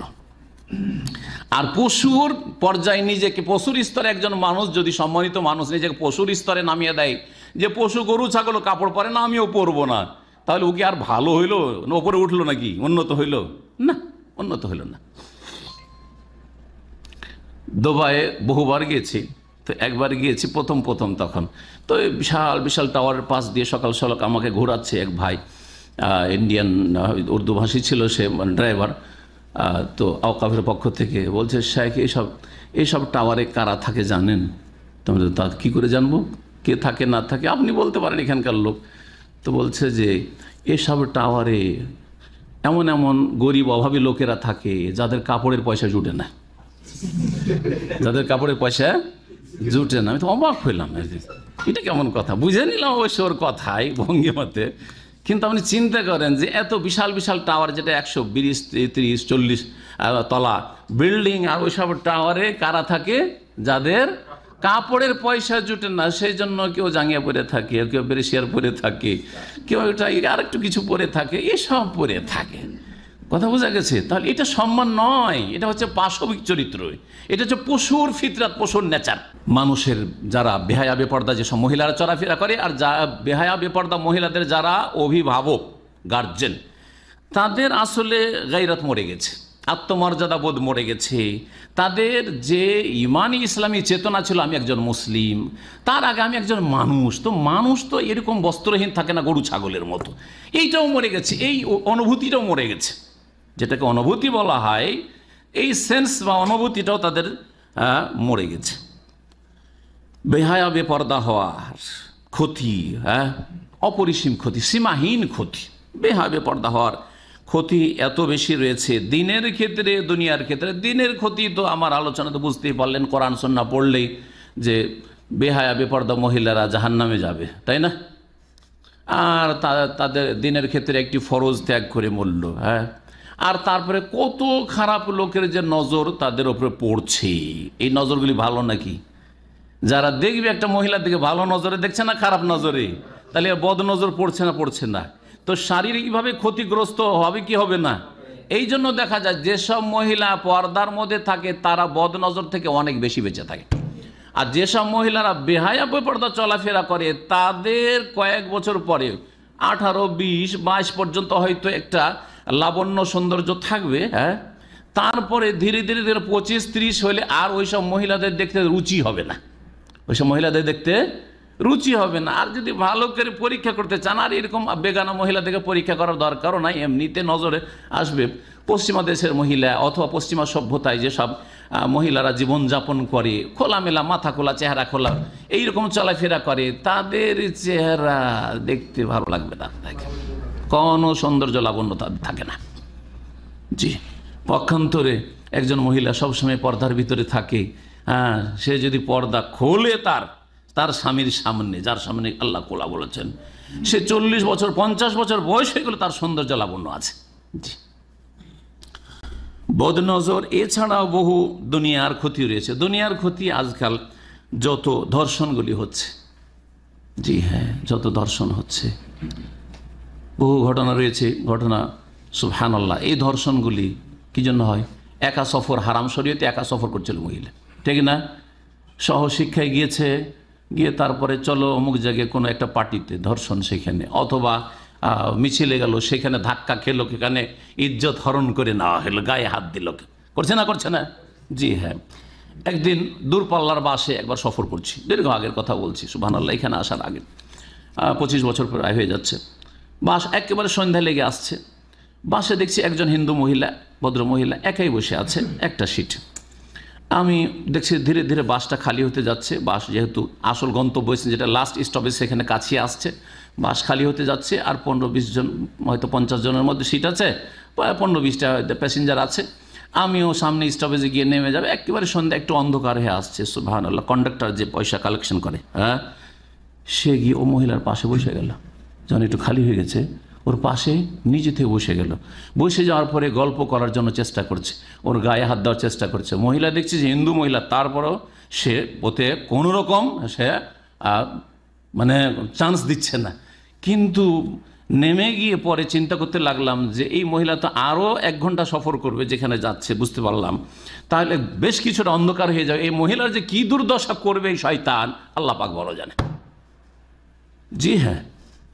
তো এইরকম কত না কি হচ্ছে মহিলারা পর্দা না করার কারণে, অথবা পর্দার সাথে সংশ্লিষ্ট যেসব বিধিবিধান রয়েছে, কোনো বেগানা পুরুষের সাথে নির্জনে থাকবেন না, একাকার হয়ে কাজ করবেন না, পড়াশোনা করবেন না, তারপরে কোনো একাই সফর করবেন না, যে আমি যাচ্ছি পূর্ব থেকে পশ্চিমে একাই সফর করে বাংলাদেশ থেকে চলে গেল মালয়েশিয়া লেখাপড়ার জন্য, বা সৌদি আরব থেকে চলে গেল একাই সফর করে ইউরোপ আমেরিকা চলে যাচ্ছে। এই রকম করতে গিয়েই ইজ্জত নষ্ট করেছে মহিলারা। আল্লাহ যেন হেফাজত করেন মুসলিম মহিলাদের এবং দিনের দিকে ফিরে আসার তৌফিক দান করেন। এই বেহায়া বেপর্দা করার কুপরিণাম হচ্ছে যে মানুষের চরিত্র নষ্ট হয়ে যাচ্ছে। নিজেরাও মহিলারা আকৃষ্ট হচ্ছে আর অন্যদেরকে, যুবকদেরকে আকৃষ্ট করছে। মুমিলাতুন মাইলাতুন, নবী সাল্লাল্লাহু আলাইহি ওয়াসাল্লাম বলেছেন, অন্যদেরকে আকৃষ্ট করছে আর তারাও তার অনেকের দিকে আকৃষ্ট হচ্ছে। অনেক সময় অনিচ্ছাকৃত একটা ছেলেকে দেখতে স্মার্ট লাগলো, আর ওই মেয়ে আর তখন নিজেকে আয়ত্তে রাখতে পারলো না, ফেসে গেল। ফাঁসছে না? বেহায়া বেপর্দা না হলেও তো এইসব সুযোগ আসগুলি আসতো না। আর তারপরে ধীরে ধীরে তখন এই বেহায়াপনার কারণেই বড় জেনায় গিয়ে লিপ্ত হচ্ছে। এই বেহায়া বেপর্দা মহিলারা হওয়ার কারণেই মহিলারা এত চিপ রেটের হয়ে গেছে, এত সস্তা হয়ে গেছে যে যে কোনো সামান্য একটা পণ্যের যদি বিজ্ঞাপন দিতে হয়, অ্যাডভার্টাইজ করতে হয়, তাহলে সেখানে একটা উলঙ্গ অর্ধ উলঙ্গ মহিলার ছবি আছে। 1 রিয়ালের 1 টাকার যদি সাবানও হয়, সে সাবানের প্যাকেটেও একটা মহিলার ছবি। একটা যদি কোনো ক্রিম হয়, সেখানেও মহিলার ছবি। একটা রাস্তার পাশে কোথাও একটা অ্যাডভার্টাইজ দেওয়া আছে, বিজ্ঞাপন দেওয়া আছে, ওখানেও মহিলার ছবি। একবার দেখছি একটা ব্লেড কয় পয়সায়, এই যে ব্লেড খুর, ব্লেডের বিজ্ঞাপনে মহিলার ছবি দেওয়া আছে। তাহলে মহিলাদেরকে কোথায় নামিয়ে দিয়েছে এই নারী স্বাধীনতার নামে কুফরি শক্তি আর মোনাফিকি শক্তি, চিন্তা করেন। মহিলারা যদি বোরকা পরে থাকতো, তো বোরকা পরা মহিলা দিয়ে অ্যাডভার্টাইজ দিত, বিজ্ঞাপন দিত? বলেন, কখনো দিত না। কোথাও দেখেছেন যে একটা বোরকা পরা মহিলা আর ওই সাবানে ওর বিজ্ঞাপনে দেওয়া আছে? কোথাও দেখেছেন? কারণ লাভ নাই ওটা দিয়ে। তাহলে উলঙ্গ অর্ধ উলঙ্গ মহিলা যখন বাইরে যখন ওইরকম হয়ে গেছে, তখন তাদেরকে ইউজ করা হয়েছে কিসে? বিজ্ঞাপনে ইউজ করা হয়েছে, অ্যাডভার্টাইজ ইউজ করা হয়েছে যেখানে সেখানে। সম্মানিত মা বোনেরা, বিশেষ করে তাদেরকে বলছি যে সতর্ক সাবধান হন নিজেদের ক্ষেত্রে আর নিজের আগামী প্রজন্ম, মেয়েদের ক্ষেত্রে, বোনদের ক্ষেত্রে। আল্লাহ যেন আপনাদেরকে হেফাজতে রাখেন। এটা নারীদের কল্যাণ না, নারীদের অকল্যাণ করা, নারীদের সম্মান করা, নারীদেরকে নিচে নামিয়ে দেওয়া, নারীদের অবমাননা করা, নারীদেরকে অপদস্থ করা। এরা মনে করছে যে আমাদেরকে স্বাধীনতা দিয়েছে, আমরা যখন ইচ্ছা বেরিয়ে যেতে পারছি, যখন ইচ্ছা ঘোরাফেরা করতে পারছি, যেখানে ইচ্ছা যেতে পারছি, খুব স্বাধীন হয়ে গেছি। কিন্তু জানে না যে এই দিয়ে তোমাদের সর্বনাশ করে দিল, তোমাদেরকে লাঞ্ছিত আর অপদস্থ করল। জি, কারণ এতে অসৎ চরিত্রের পুরুষদেরকে সুযোগ করে দেওয়া হইলে তোমাদের গায়ে হাত দেওয়ার জন্য, তোমাদের ধর্ষণ করার জন্য, তোমাদের দিকে বদনজর দেওয়ার জন্য, কুদৃষ্টি দেওয়ার জন্য। সুতরাং এতে তোমাদের সম্মান দেওয়া হয়নি, বরং তোমাদের রাস্তাঘাটে নামিয়ে দিয়ে লাঞ্ছিত অপদস্থ করা হয়েছে। বেহায়া বেপর্দা হওয়ার আরেকটি কুফল হচ্ছে, প্রায় 8-10টি বলা হয়ে গেছে। কুফল হচ্ছে বিভিন্ন মারাত্মক যেসব রোগের চিকিৎসা নেই, মারাত্মক রোগ ব্যাধি ছড়িয়ে পড়া। যেসব মারাত্মক রোগ ব্যাধি ছড়িয়েছে সেগুলির মধ্যে একটি হচ্ছে এডসের মহামারী। তারপরে এই রকম সিফিলিস, গনোরিয়া, আর এইরকম মেলাগুলো লজ্জাস্থানে যেসব বিভিন্ন ক্ষত হয়ে যায়, বিভিন্ন পাচড়া হয়ে যায়, বিভিন্ন রোগ হয়, যে রোগগুলি ভালো হয় না, দুর্গন্ধ, যেই দুর্গন্ধে বিবাহের পর একজন স্বামী কাছে যেতে পারে না স্ত্রীর কাছে, হয়তো বা স্ত্রী স্বামীর কাছে যেতে পারে না, আউযুবিল্লাহ। এইসব বিভিন্ন রোগগুলি রয়েছে, নারী সংক্রান্ত বা যৌন সংক্রান্ত রোগ বলবো, নারী সংক্রান্ত হোক অথবা পুরুষ সংক্রান্ত যৌন রোগ। এই রোগগুলি যে পয়দা হয় কি থেকে, 1400 বছর আগে মুহাম্মদ রাসূলুল্লাহ সাল্লাল্লাহু আলাইহি ওয়াসাল্লাম ভবিষ্যৎবাণী করেছেন। এই জিনার কারণে, সমকামিতার কারণে, অশ্লীলতা ছড়িয়ে যাওয়ার কারণে, জি, অবৈধ সম্পর্কের কারণে। বলছেন রাসূলুল্লাহ সাল্লাল্লাহু আলাইহি ওয়াসাল্লাম, ইবনে মাজার হাদিস, মুস্তাদরাক হাকিমের হাদিস, আল্লামা আলবানী রাহিমাহুল্লাহ সহিহুল জামেতে হাদিসটিকে সহি বলেছেন। লাম তাজহারিল ফাহিশাতু ফি কওমিন কাত্তু হাত্তা ইউলিনু ফিহা ইল্লা ফাশা ফিহিমুত তাউন ওয়াল আউজাউ আল্লাতী লাম তাকুন ফি আসলাফিহিম। বলছেন রাসূলুল্লাহ সাল্লাল্লাহু আলাইহি ওয়াসাল্লাম, যে কোনো সম্প্রদায়ে অশ্লীলতা ছড়িয়ে পড়বে, জেনা, ব্যভিচার, বেহায়াপনা, আর এইরকমই নোংরামি, নারী পুরুষের অবাধ মেলামেশা, এইরকম যে কোনো সমাজে ছড়িয়ে পড়বে, এগুলি হচ্ছে ফাহিশা। যদি ছড়িয়ে পড়ে তাহলে ধীরে ধীরে, যখন গোপনে হচ্ছিল এখন প্রকাশ্যে রাস্তাঘাটে শুরু হয়েছে, পার্কে শুরু হয়ে গেছে, স্কুল কলেজে শুরু হয়ে গেছে, কর্মক্ষেত্রে গিয়ে কাজকর্ম করতে গিয়ে মেল নার্স ফিমেল নার্সকে উত্ত্যক্ত করছে, বাকি করছে যৌন হয়রানি, যেটাকে বলা হচ্ছে যৌন হয়রানি হচ্ছে না? যৌন হয়রানি আজকাল মারাত্মক একটা মারাত্মক ব্যাধি হয়ে দাঁড়িয়েছে। যেখানে নারী পুরুষ কাজ করছে, হসপিটালগুলোতে একটা ক্লিনার, কোন এক হসপিটালে দেখছি একটা ক্লিনার ক্লিন করছে, পুরুষ ক্লিনার, আর একটা নার্স ওর চাইতে চাকরির দিক থেকে সিনিয়র। তারপরে ওই নার্সটা যখন একটু চোখের আড়ালে দিয়ে ঢুকতে গেছে, তখন ওকে কি যে একটা কিছু করলো, নিশ্চয়ই ওর গায়ের দিকে হয়তো হাত দিতে গেছে, তখন ও মহিলা একটু লাফিয়ে যেন বেরিয়ে আসলো। জি হ্যাঁ, চোখে দেখা ঘটনা। জি হ্যাঁ। আর এছাড়া নির্জনে ডাক্তার আর নার্স, একজন ফিমেল নার্স একটা পুরুষ মেল ডাক্তারের সাথে, চিকিৎসকের সাথে, অথবা এর বিপরীত, যখন ফিমেল ডাক্তার আছে, মহিলা ডাক্তার, তখন সেখানে একটা পুরুষ মেল নার্স দিয়ে দিচ্ছে। এসব কি অশ্লীলতা নয়? এসব এক শ্রেণীর বদ প্রকৃতির লোকেরা বলছে এতে টাইম পাস হচ্ছে। কারণ পুরুষ হলে টাইম পাস হতে চাইবে না, কিন্তু পুরুষ আর নারীতে যে আকর্ষণ, এটাই চান যে আপনার মা বোন চাকরি করতে গিয়ে তাকে নিয়ে অন্য কেউ টাইম পাস করুক। আউযুবিল্লাহ, আউযুবিল্লাহ। একজন মুসলিম কি করে এটা বরদাস্ত করতে পারে যে আমার মা বোন চাকরি করতে যাবে, আর চাকরি করতে গিয়ে একটা পুরুষ ডাক্তারের সাথে আমার বোন নার্স হয়ে, সেবিকা হয়ে কাজ করবে, আর আমার হয়তো কারো বোন ডাক্তার, আর সেখানে একটা মেল নার্স একসাথে কাজ করছে, আর সেখানে ওদের টাইমটা 8 ঘন্টা ভালোই পাস হচ্ছে, না হলে তো বোর হয়ে যাবে, ইত্যাদি হয়ে যাবে। এসব আউযুবিল্লাহ। একজন এত বেগায়রাত হইতে পারে, কি করে বরদাস্ত করতে পারে একজন মুসলিম? কোন মুসলিমের গায়রাত থাকলে এইরকম জায়গায় চাকরি করতেই দেবে না, চাকরি করতে দেবে না, না খেয়ে মরে গেলে চাকরি করতে দেবে না। রাসূলুল্লাহ সাল্লাল্লাহু আলাইহি ওয়াসাল্লাম বলেছেন, যে কোনো জাতির মাঝে যখন ফাহেসা, জেনা, ব্যভিচার এবং তার প্রাথমিক যে সব বিষয়গুলি রয়েছে সবগুলি যখন ছড়িয়ে পড়ে, অবাধ মেলামেশা ইত্যাদি, হাত্তা ইউলিনু প্রকাশ হয়ে যায়, প্রকাশ্যে যেখানে সেখানে হচ্ছে। আজকাল পার্কগুলিতে, আউযুবিল্লাহ, এক পার্কের কাছে, অনেক আগের কথা বলছে, নামতে বলছে, আমার দাঁড়িয়ে দেখি আজকে থেকে 30 বছর আগে, বলছে মৌলানা সাহেব, একজন বলছে এইসব জায়গা আপনাদের না, এইসব জায়গায় আপনাদের না। আউযুবিল্লাহ। ওই সব জায়গায় আল্লাহর গজব নামছে, ভালো করে ওরা জানছে, ওরাও ফাঁসেক লোক, কিন্তু ভালো করে জানছে যে এই গজবের জায়গা দাড়িওয়ালাদের না, কারণ আল্লাহর গজব যে কোনো জায়গায় পড়ে, যে কোনো সময় পড়তে পারে এইসব জায়গায়। আর এইসব জায়গায় নিকৃষ্ট লোকেরা আছে, চরিত্রহীনগুলো আছে। একজন সম্মানিত মানুষ কেন এইসব এলাকায় আসবে? কথা বুঝতে পারছেন না? জি হ্যাঁ, পার্কগুলির অবস্থা এরকম হয়ে গেছে। জোড়া ছাড়া একটা পাওয়া মুশকিল। যারা দেখেছেন হয়তো এইসব আপনাদের ঝালকার জানা আছে, জোড়া ছাড়া ওখানে বেজোড় পাওয়া মুশকিল। বুঝছেন না? সব জোড়া পড়ে আছে, নর আর নারী পড়ে আছে, কেউ স্বামী স্ত্রী তো বাড়িতে ভোগ করতে পারছে সম্ভব, কেন ওই পার্কে কেন পড়ে থাকতে যাবে? পার্কে কেন ওইরকম পড়ে থাকতে যাবে গরু ছাগলের মতো? কথা বোঝা গেছে? সুতরাং এসব আল্লাহর গজবের জায়গা। নবী সাল্লাল্লাহু আলাইহি ওয়াসাল্লাম বলছেন যে প্রকাশ্যে যখন এগুলো পার্কে আর রাস্তাঘাটে আর কলকারখানায় আর কর্মক্ষেত্রে আর শিক্ষাঙ্গনে এসব হইতে লাগবে, ইল্লা ফাশা ফিহিম তাউন, তখন তাদের মাঝে তাউন, প্লেগ, কলেরা রোগ, বসন্ত রোগ, মহামারী রোগ পয়দা হবে, এডসের রোগ, আরও কত রকম যৌন রোগ পয়দা হবে, ওয়াল আউজা, আর এমন এমন ব্যাধি রোগ পয়দা হবে আল্লাতী লাম তাকুন ফি আসলাফিহিম, যা তাদের পূর্বপুরুষ বাপদাদারা নাম পর্যন্ত জানতো না। যৌন রোগ কথাটা যদি আমার বাপদাদাকে শোনাই তো বুঝবেই না যৌন রোগ আবার কি জিনিস হয়, ঠিক না? এডস তো উচ্চারণই করতে পারবে না, 2-3 বার করে যদি আপনি উচ্চারণ করেন তাও ঠিক করে উচ্চারণ করতে পারবে না। তাহলে এইসব আজাব গজবগুলি ছিল, এখন কেন শুরু হইল? শুধু এই বেহেয়াবে পর্দা হওয়ার কারণে। সময় অনেক হয়ে গেছে, এখন সংক্ষেপে ইসলামের যদি পর্দা রক্ষা করতে হয় তাহলে ইসলামিক পর্দার কিছু শর্ত আছে। 8টি শর্ত আপনাদেরকে শোনাবো, যাতে করে 8টা শর্ত সামনে রেখে আপনার স্ত্রীর বোরখার ব্যবস্থা করবেন বা হিজাব পর্দার ব্যবস্থা করবেন।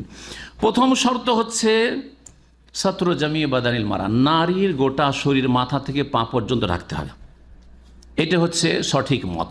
চেহারাও ঢাকতে হবে, যথাসাধ্য হাতও ঢাকতে হবে, যদি হাত খোলার প্রয়োজন না হয় তাহলে কাজকর্মের ক্ষেত্রে, আর পাও ঢাকতে হবে। বিশেষ করে চেহারা ঢাকতে হবে, কারণ চেহারাতে আসল কি রয়েছে? রূপ লাবণ্য রয়েছে, চেহারাতে আসল আকর্ষণ রয়েছে, চেহারাতে আসল ফিতনা রয়েছে, চেহারাতে 2টা চোখ রয়েছে, ওইদিকে 2 চোখ এক পুরুষের, এইদিকে 2 চোখ মেয়ের, 2-4 চোখ যদি মিল না হয় কখনো কুকাজ হয় না, কখনো অশ্লীলতা ছড়াইতে পারে না। আর এতেই লজ্জা মানুষের চেহারাতে লাগে, আর কিছুতে লজ্জা লাগে না। লজ্জা কোথায় আছে? লজ্জা এই জায়গাটুকুতে আছে। এই জন্য যারা নদী নালার আশেপাশে বাস করে বা রেল লাইনের কাছে বাস করে, আগেকালে আমরা দেখেছি তারা কি করে, রেল লাইনের পাশে পায়খানা করে না, তারপরে নদীর পাশে বসে নদীর পাড়ে এদিকে সেদিকে পায়খানা করে না, তখন কি করে? মাথা ছেড়ে করবে না, কারণ মাথা চাললে যে 4 চোখ দেখে নিবে, এই চোখ ওই চোখকে দেখে নেবে, কি আমাকে দেখছে, মাথা নিচে করে বসে আছে, দেখেছেন না? তাহলে বোঝা গেল যে আমার হাতে লজ্জা নেই, পায়ে লজ্জা নেই, এই বডিতে এগুলোতে লজ্জা কোথায় আছে? এইখানে লজ্জা আছে, এই যে চেহারা মুখমণ্ডলে লজ্জা আছে, চেহারাতে চেহারা মিলে লজ্জা আছে। মহিলারা পুরুষদের সাথে চেহারা মিলিয়ে, চোখ মিলিয়ে যেই দিন থেকে কথা বলা শুরু করেছে এই সহশিক্ষার কারণে, আর এই একসাথে চাকরি বাকরি করার কারণে, সেই দিন থেকে বেহায়াবে পর্দা হয়ে গেছে, অন্তরের পর্দা উঠে গেছে, তাকওয়া উঠে গেছে। যেন অন্তরের পর্দা দুর্বল হয়ে গেছে, তখন কাপড়ের পর্দাও ধীরে ধীরে খসে পড়ে গেছে, যার ফলে বস্ত্রহীন হয়ে গেছে। তো গোটা শরীরে পর্দা করতে, এটা হচ্ছে প্রথম শর্ত। দ্বিতীয় শর্ত হচ্ছে যে যেই হেজাবটা পরবেন সেই হেজাবটাই যাতে করে সাজ না হয়, ওইটাই দেখতে খুব চমৎকার লাগছে এরকম না হয়। এখন চিন্তা করেন, এই লাল সাদা কাপড় দিয়ে মহিলা যদি গোটা শরীরে বোরখা করে তো দেখতে মজা লাগবে না? তো চলবে না, ঠিক না? গোটা শরীরে লাল রঙের বোরখা চলবে? ও দেখতেই মজা লাগবে, ওইদিকেই তাকাইতে থাকবে, ঠিক না? তা চলবে না। তাহলে সবুজ রঙের বোরখা, আকর্ষণ আছে সবুজ রঙে, কারণ সবুজ গাছপাতা দেখতে কত মজা লাগে। এ মরুভূমিতে তো বিরক্ত হয়ে গেলাম, মরুভূমি দেখতে আর বালি দেখতে, তাই না? কিন্তু দেশে গেলে চোখটা ঠান্ডা হয়ে যায় সবুজ দেখে। তাহলে সবুজ কাপড় দিয়েও তাহলে বোরকা করা যাবে না, এমন কাপড় হইতে হবে যেই কাপড়ে আকর্ষণ নেই।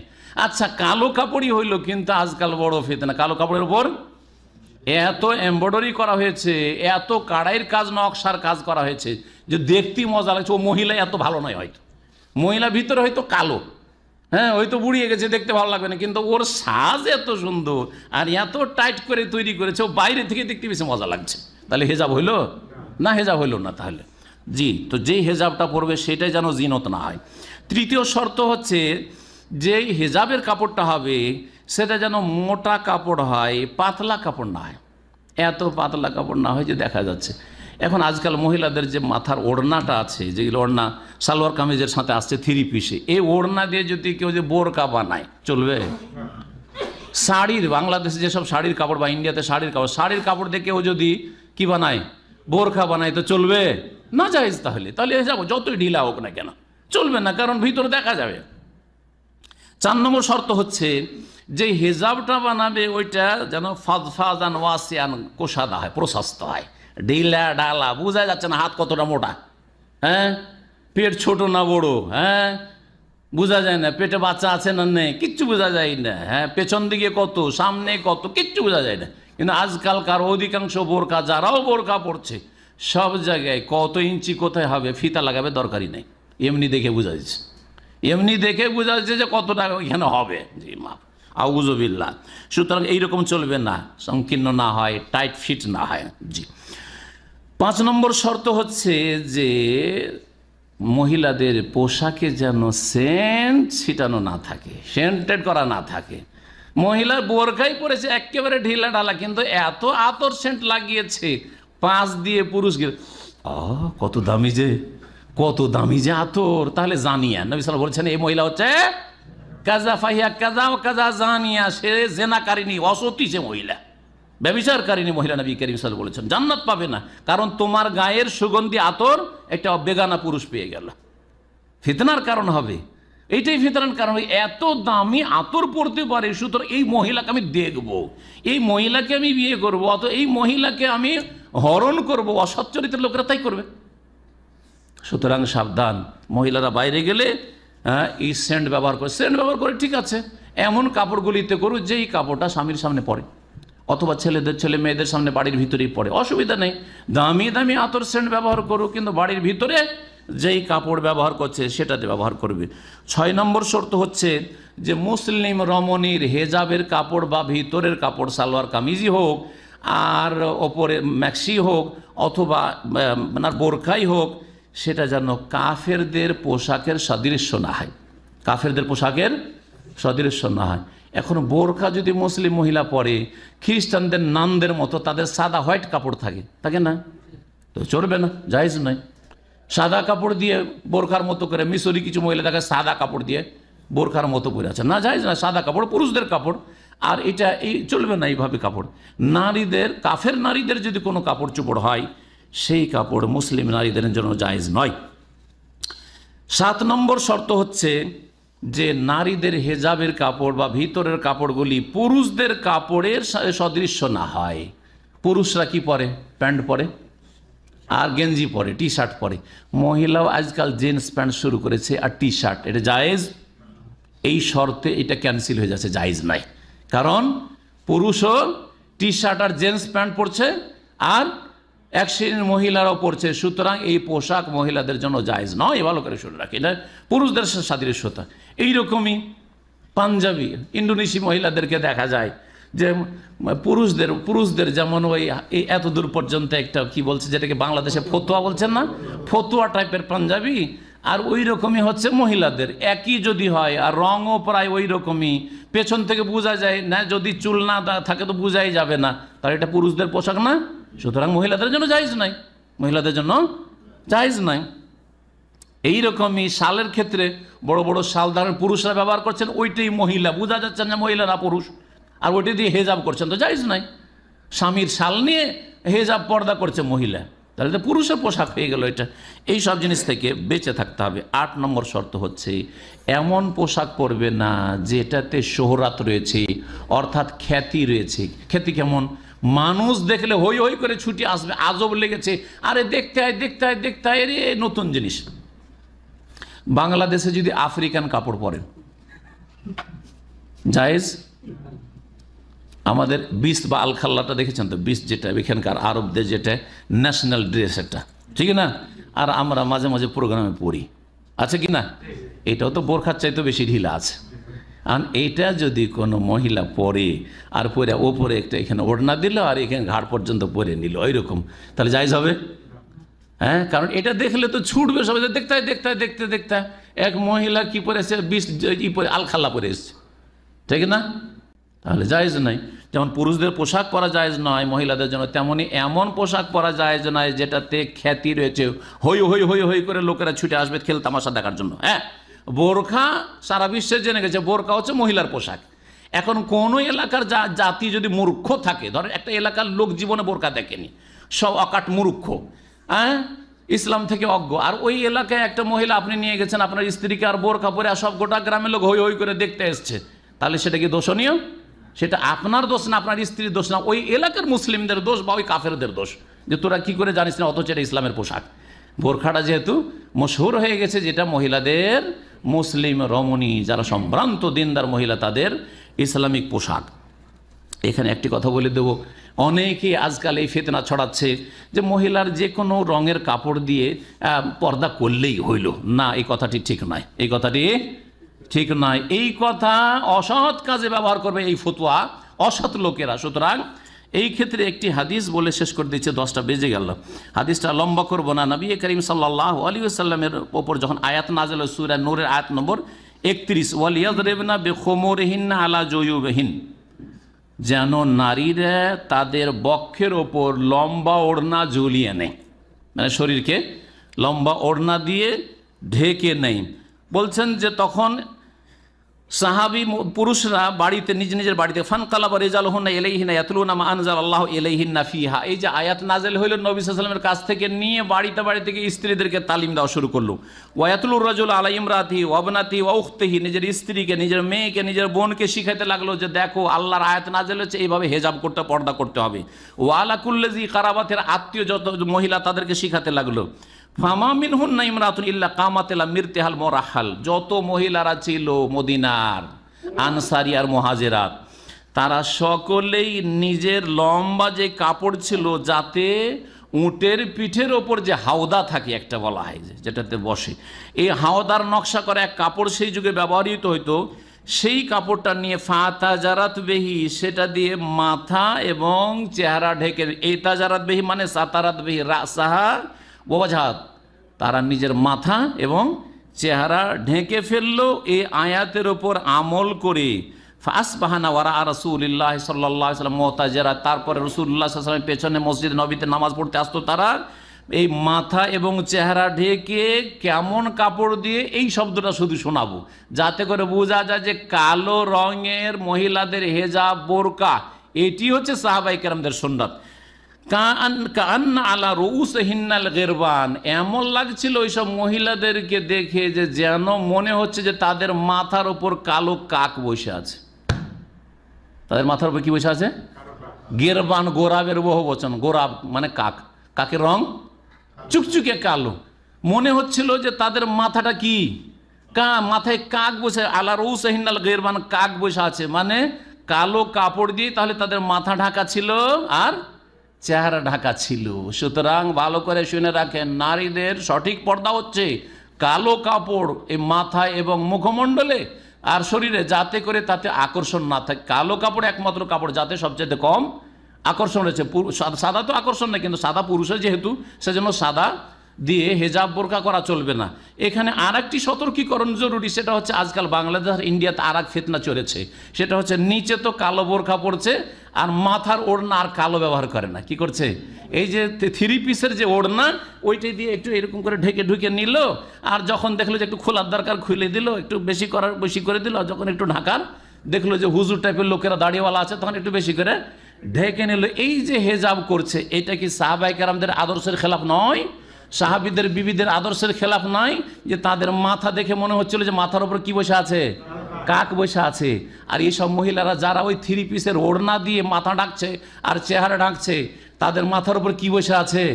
মনে হচ্ছে একটা রংচেঙ্গা পাখির কথা বলেন, হ্যাঁ, টিয়া পাখি বসে আছে, বা আরো কিছু এইরকম আকর্ষণীয় পাখি যেসব বিভিন্ন দেশে দেখা যায়, আজকাল নেটে দেখা যায়, হ্যাঁ, লাল কালো সবুজ বিভিন্ন রঙে একবারে এত আকর্ষণীয় পাখি বসে আছে, তাই না?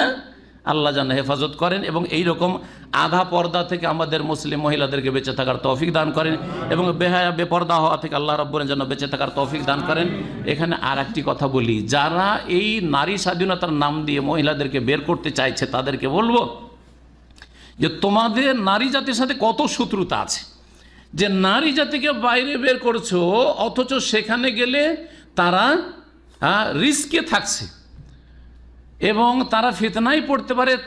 তারা ফিতনাতে না পড়তে চাইলেও তাদেরকে ফিতনা ফেলা হইতে পারে। এই অসৎ উদ্দেশ্য তোমাদের কেন? অথচ শারীরিক রোগীর ক্ষেত্রে কিছু রোগ আছে যেগুলো ছোঁয়াচে রোগ। কি রোগ? ছোঁয়াচে রোগ। এখন ইদানি একটা মক্কাতে রোগ, পাচড়া রোগ বেরিয়েছে, জারাব বলা হচ্ছে, শুনেছেন না শোনেন নাই? কয়েকশো লোক আক্রান্ত হয়েছে, মানে একবারে মারাত্মক পাচড়া রোগ। যদি একজনকে লাগে আর পাশাপাশি বসেন তো আপনাকে হয়ে যেতে পারে। বোঝা গেছে না? আল্লাহ যেন হেফাজত করেন। ছোঁয়াচে রোগ যদি কাউকে ধরে তাহলে এখানে কি করে, অথবা যেই রোগগুলি সংক্রামক রোগ বলা হচ্ছে, যেমন কলেরা রোগ, এইরকমই ধরে আরো মেলা রোগ আছে, যে ফ্লু রোগগুলি, ফ্লু যদি কাউকে ধরে তাহলে কি ভাইরাস কি করে, ওই রোগীকে একেবারে আলাদা করে রাখছে না। এখানে হসপিটালগুলোতে চলে যান বা যে কোনো বিশ্বের হসপিটালে চলে যান, ছোট ছোট বাচ্চাদের কিন্তু সব ওয়ার্ডে ঢুকতে দেয় না। ভিজিটের সময় যদি নিয়ে যান বাচ্চাদেরকে কি করছে, না বাচ্চা বাইরে রেখেছে, বাচ্চা নিয়ে ঢুকতে দেবো না। বিশেষ সময় বিশেষ ওয়ার্ডে ঢুকতে, সব ইউনিটে ঢুকতে দেয় না, ঠিক কি না? কারণ বাচ্চাগুলি রোগে আক্রান্ত হইতে পারে। তাহলে বাচ্চাকে রোগ থেকে বাঁচানোর জন্য অথবা সুস্থ মানুষকে রোগ থেকে বাঁচানোর জন্য যেসব রোগগুলি সংক্রামক রোগ, ছোঁয়াচে রোগ, সেই রোগীদের কাছে যেতে দিচ্ছ না। আর এইখানে নারীদেরকে, নরদের, পুরুষদের, যুবকদের মাঝে কি করে যেতে তোমরা ডাক দিচ্ছ এবং এই অসৎ উদ্দেশ্য নিয়ে তোমরা তাদেরকে ধোঁকা দিচ্ছ। অথচ এখানে আরো বেশি ঝুঁকি রয়েছে। এখানে তো শরীরের রোগের ঝুঁকি ছিল ছোঁয়াচে রোগের ক্ষেত্রে, কিন্তু এখানে ইজ্জত নষ্ট করার ঝুঁকি রয়েছে, ধর্ষিতা হওয়ার ঝুঁকি রয়েছে, মান ইজ্জত গোটা বংশের লুটিয়ে দেওয়ার ঝুঁকি রয়েছে। সেখানে কি করে এই ডাকছো আর বলছো নারী স্বাধীনতা, নারী স্বাধীনতা। আল্লাহ রাব্বুল যেন এসব অসৎ লোকদের অনিষ্ট থেকে মুসলিম জাতিকে বাঁচিয়ে রাখেন। মুসলিম জাতির নারীদেরকে যেন আল্লাহ যেন হুঁশ দান করেন এবং তাদের মধ্যেকার যারা গুমরাহ হয়ে গেছে তাদেরকে ফিরে আসার তৌফিক দান করেন, এবং তারা এখনও ইজ্জতের হেফাজতের সাথে পর্দার মধ্যে আছে, আল্লাহ যেন তাদের ইজ্জতের হেফাজতে তৌফিক দান করেন। ইহফাজিল্লাহ ইয়াহফাজুক। হে নারীরা, তোমরা আল্লাহর হকের হেফাজত করো, পর্দার হেফাজত করো, আল্লাহ তোমাদের হেফাজত করবেন। নবী করিম সাল্লাল্লাহু আলাইহি ওয়াসাল্লাম এই হাদিস বলে শেষ করছি। ওয়া সাল্লাল্লাহু ওয়া সাল্লাম নবিয়ানা মুহাম্মদ ওয়া আলা আলিহি ওয়া সাহবিহি আজমাইন।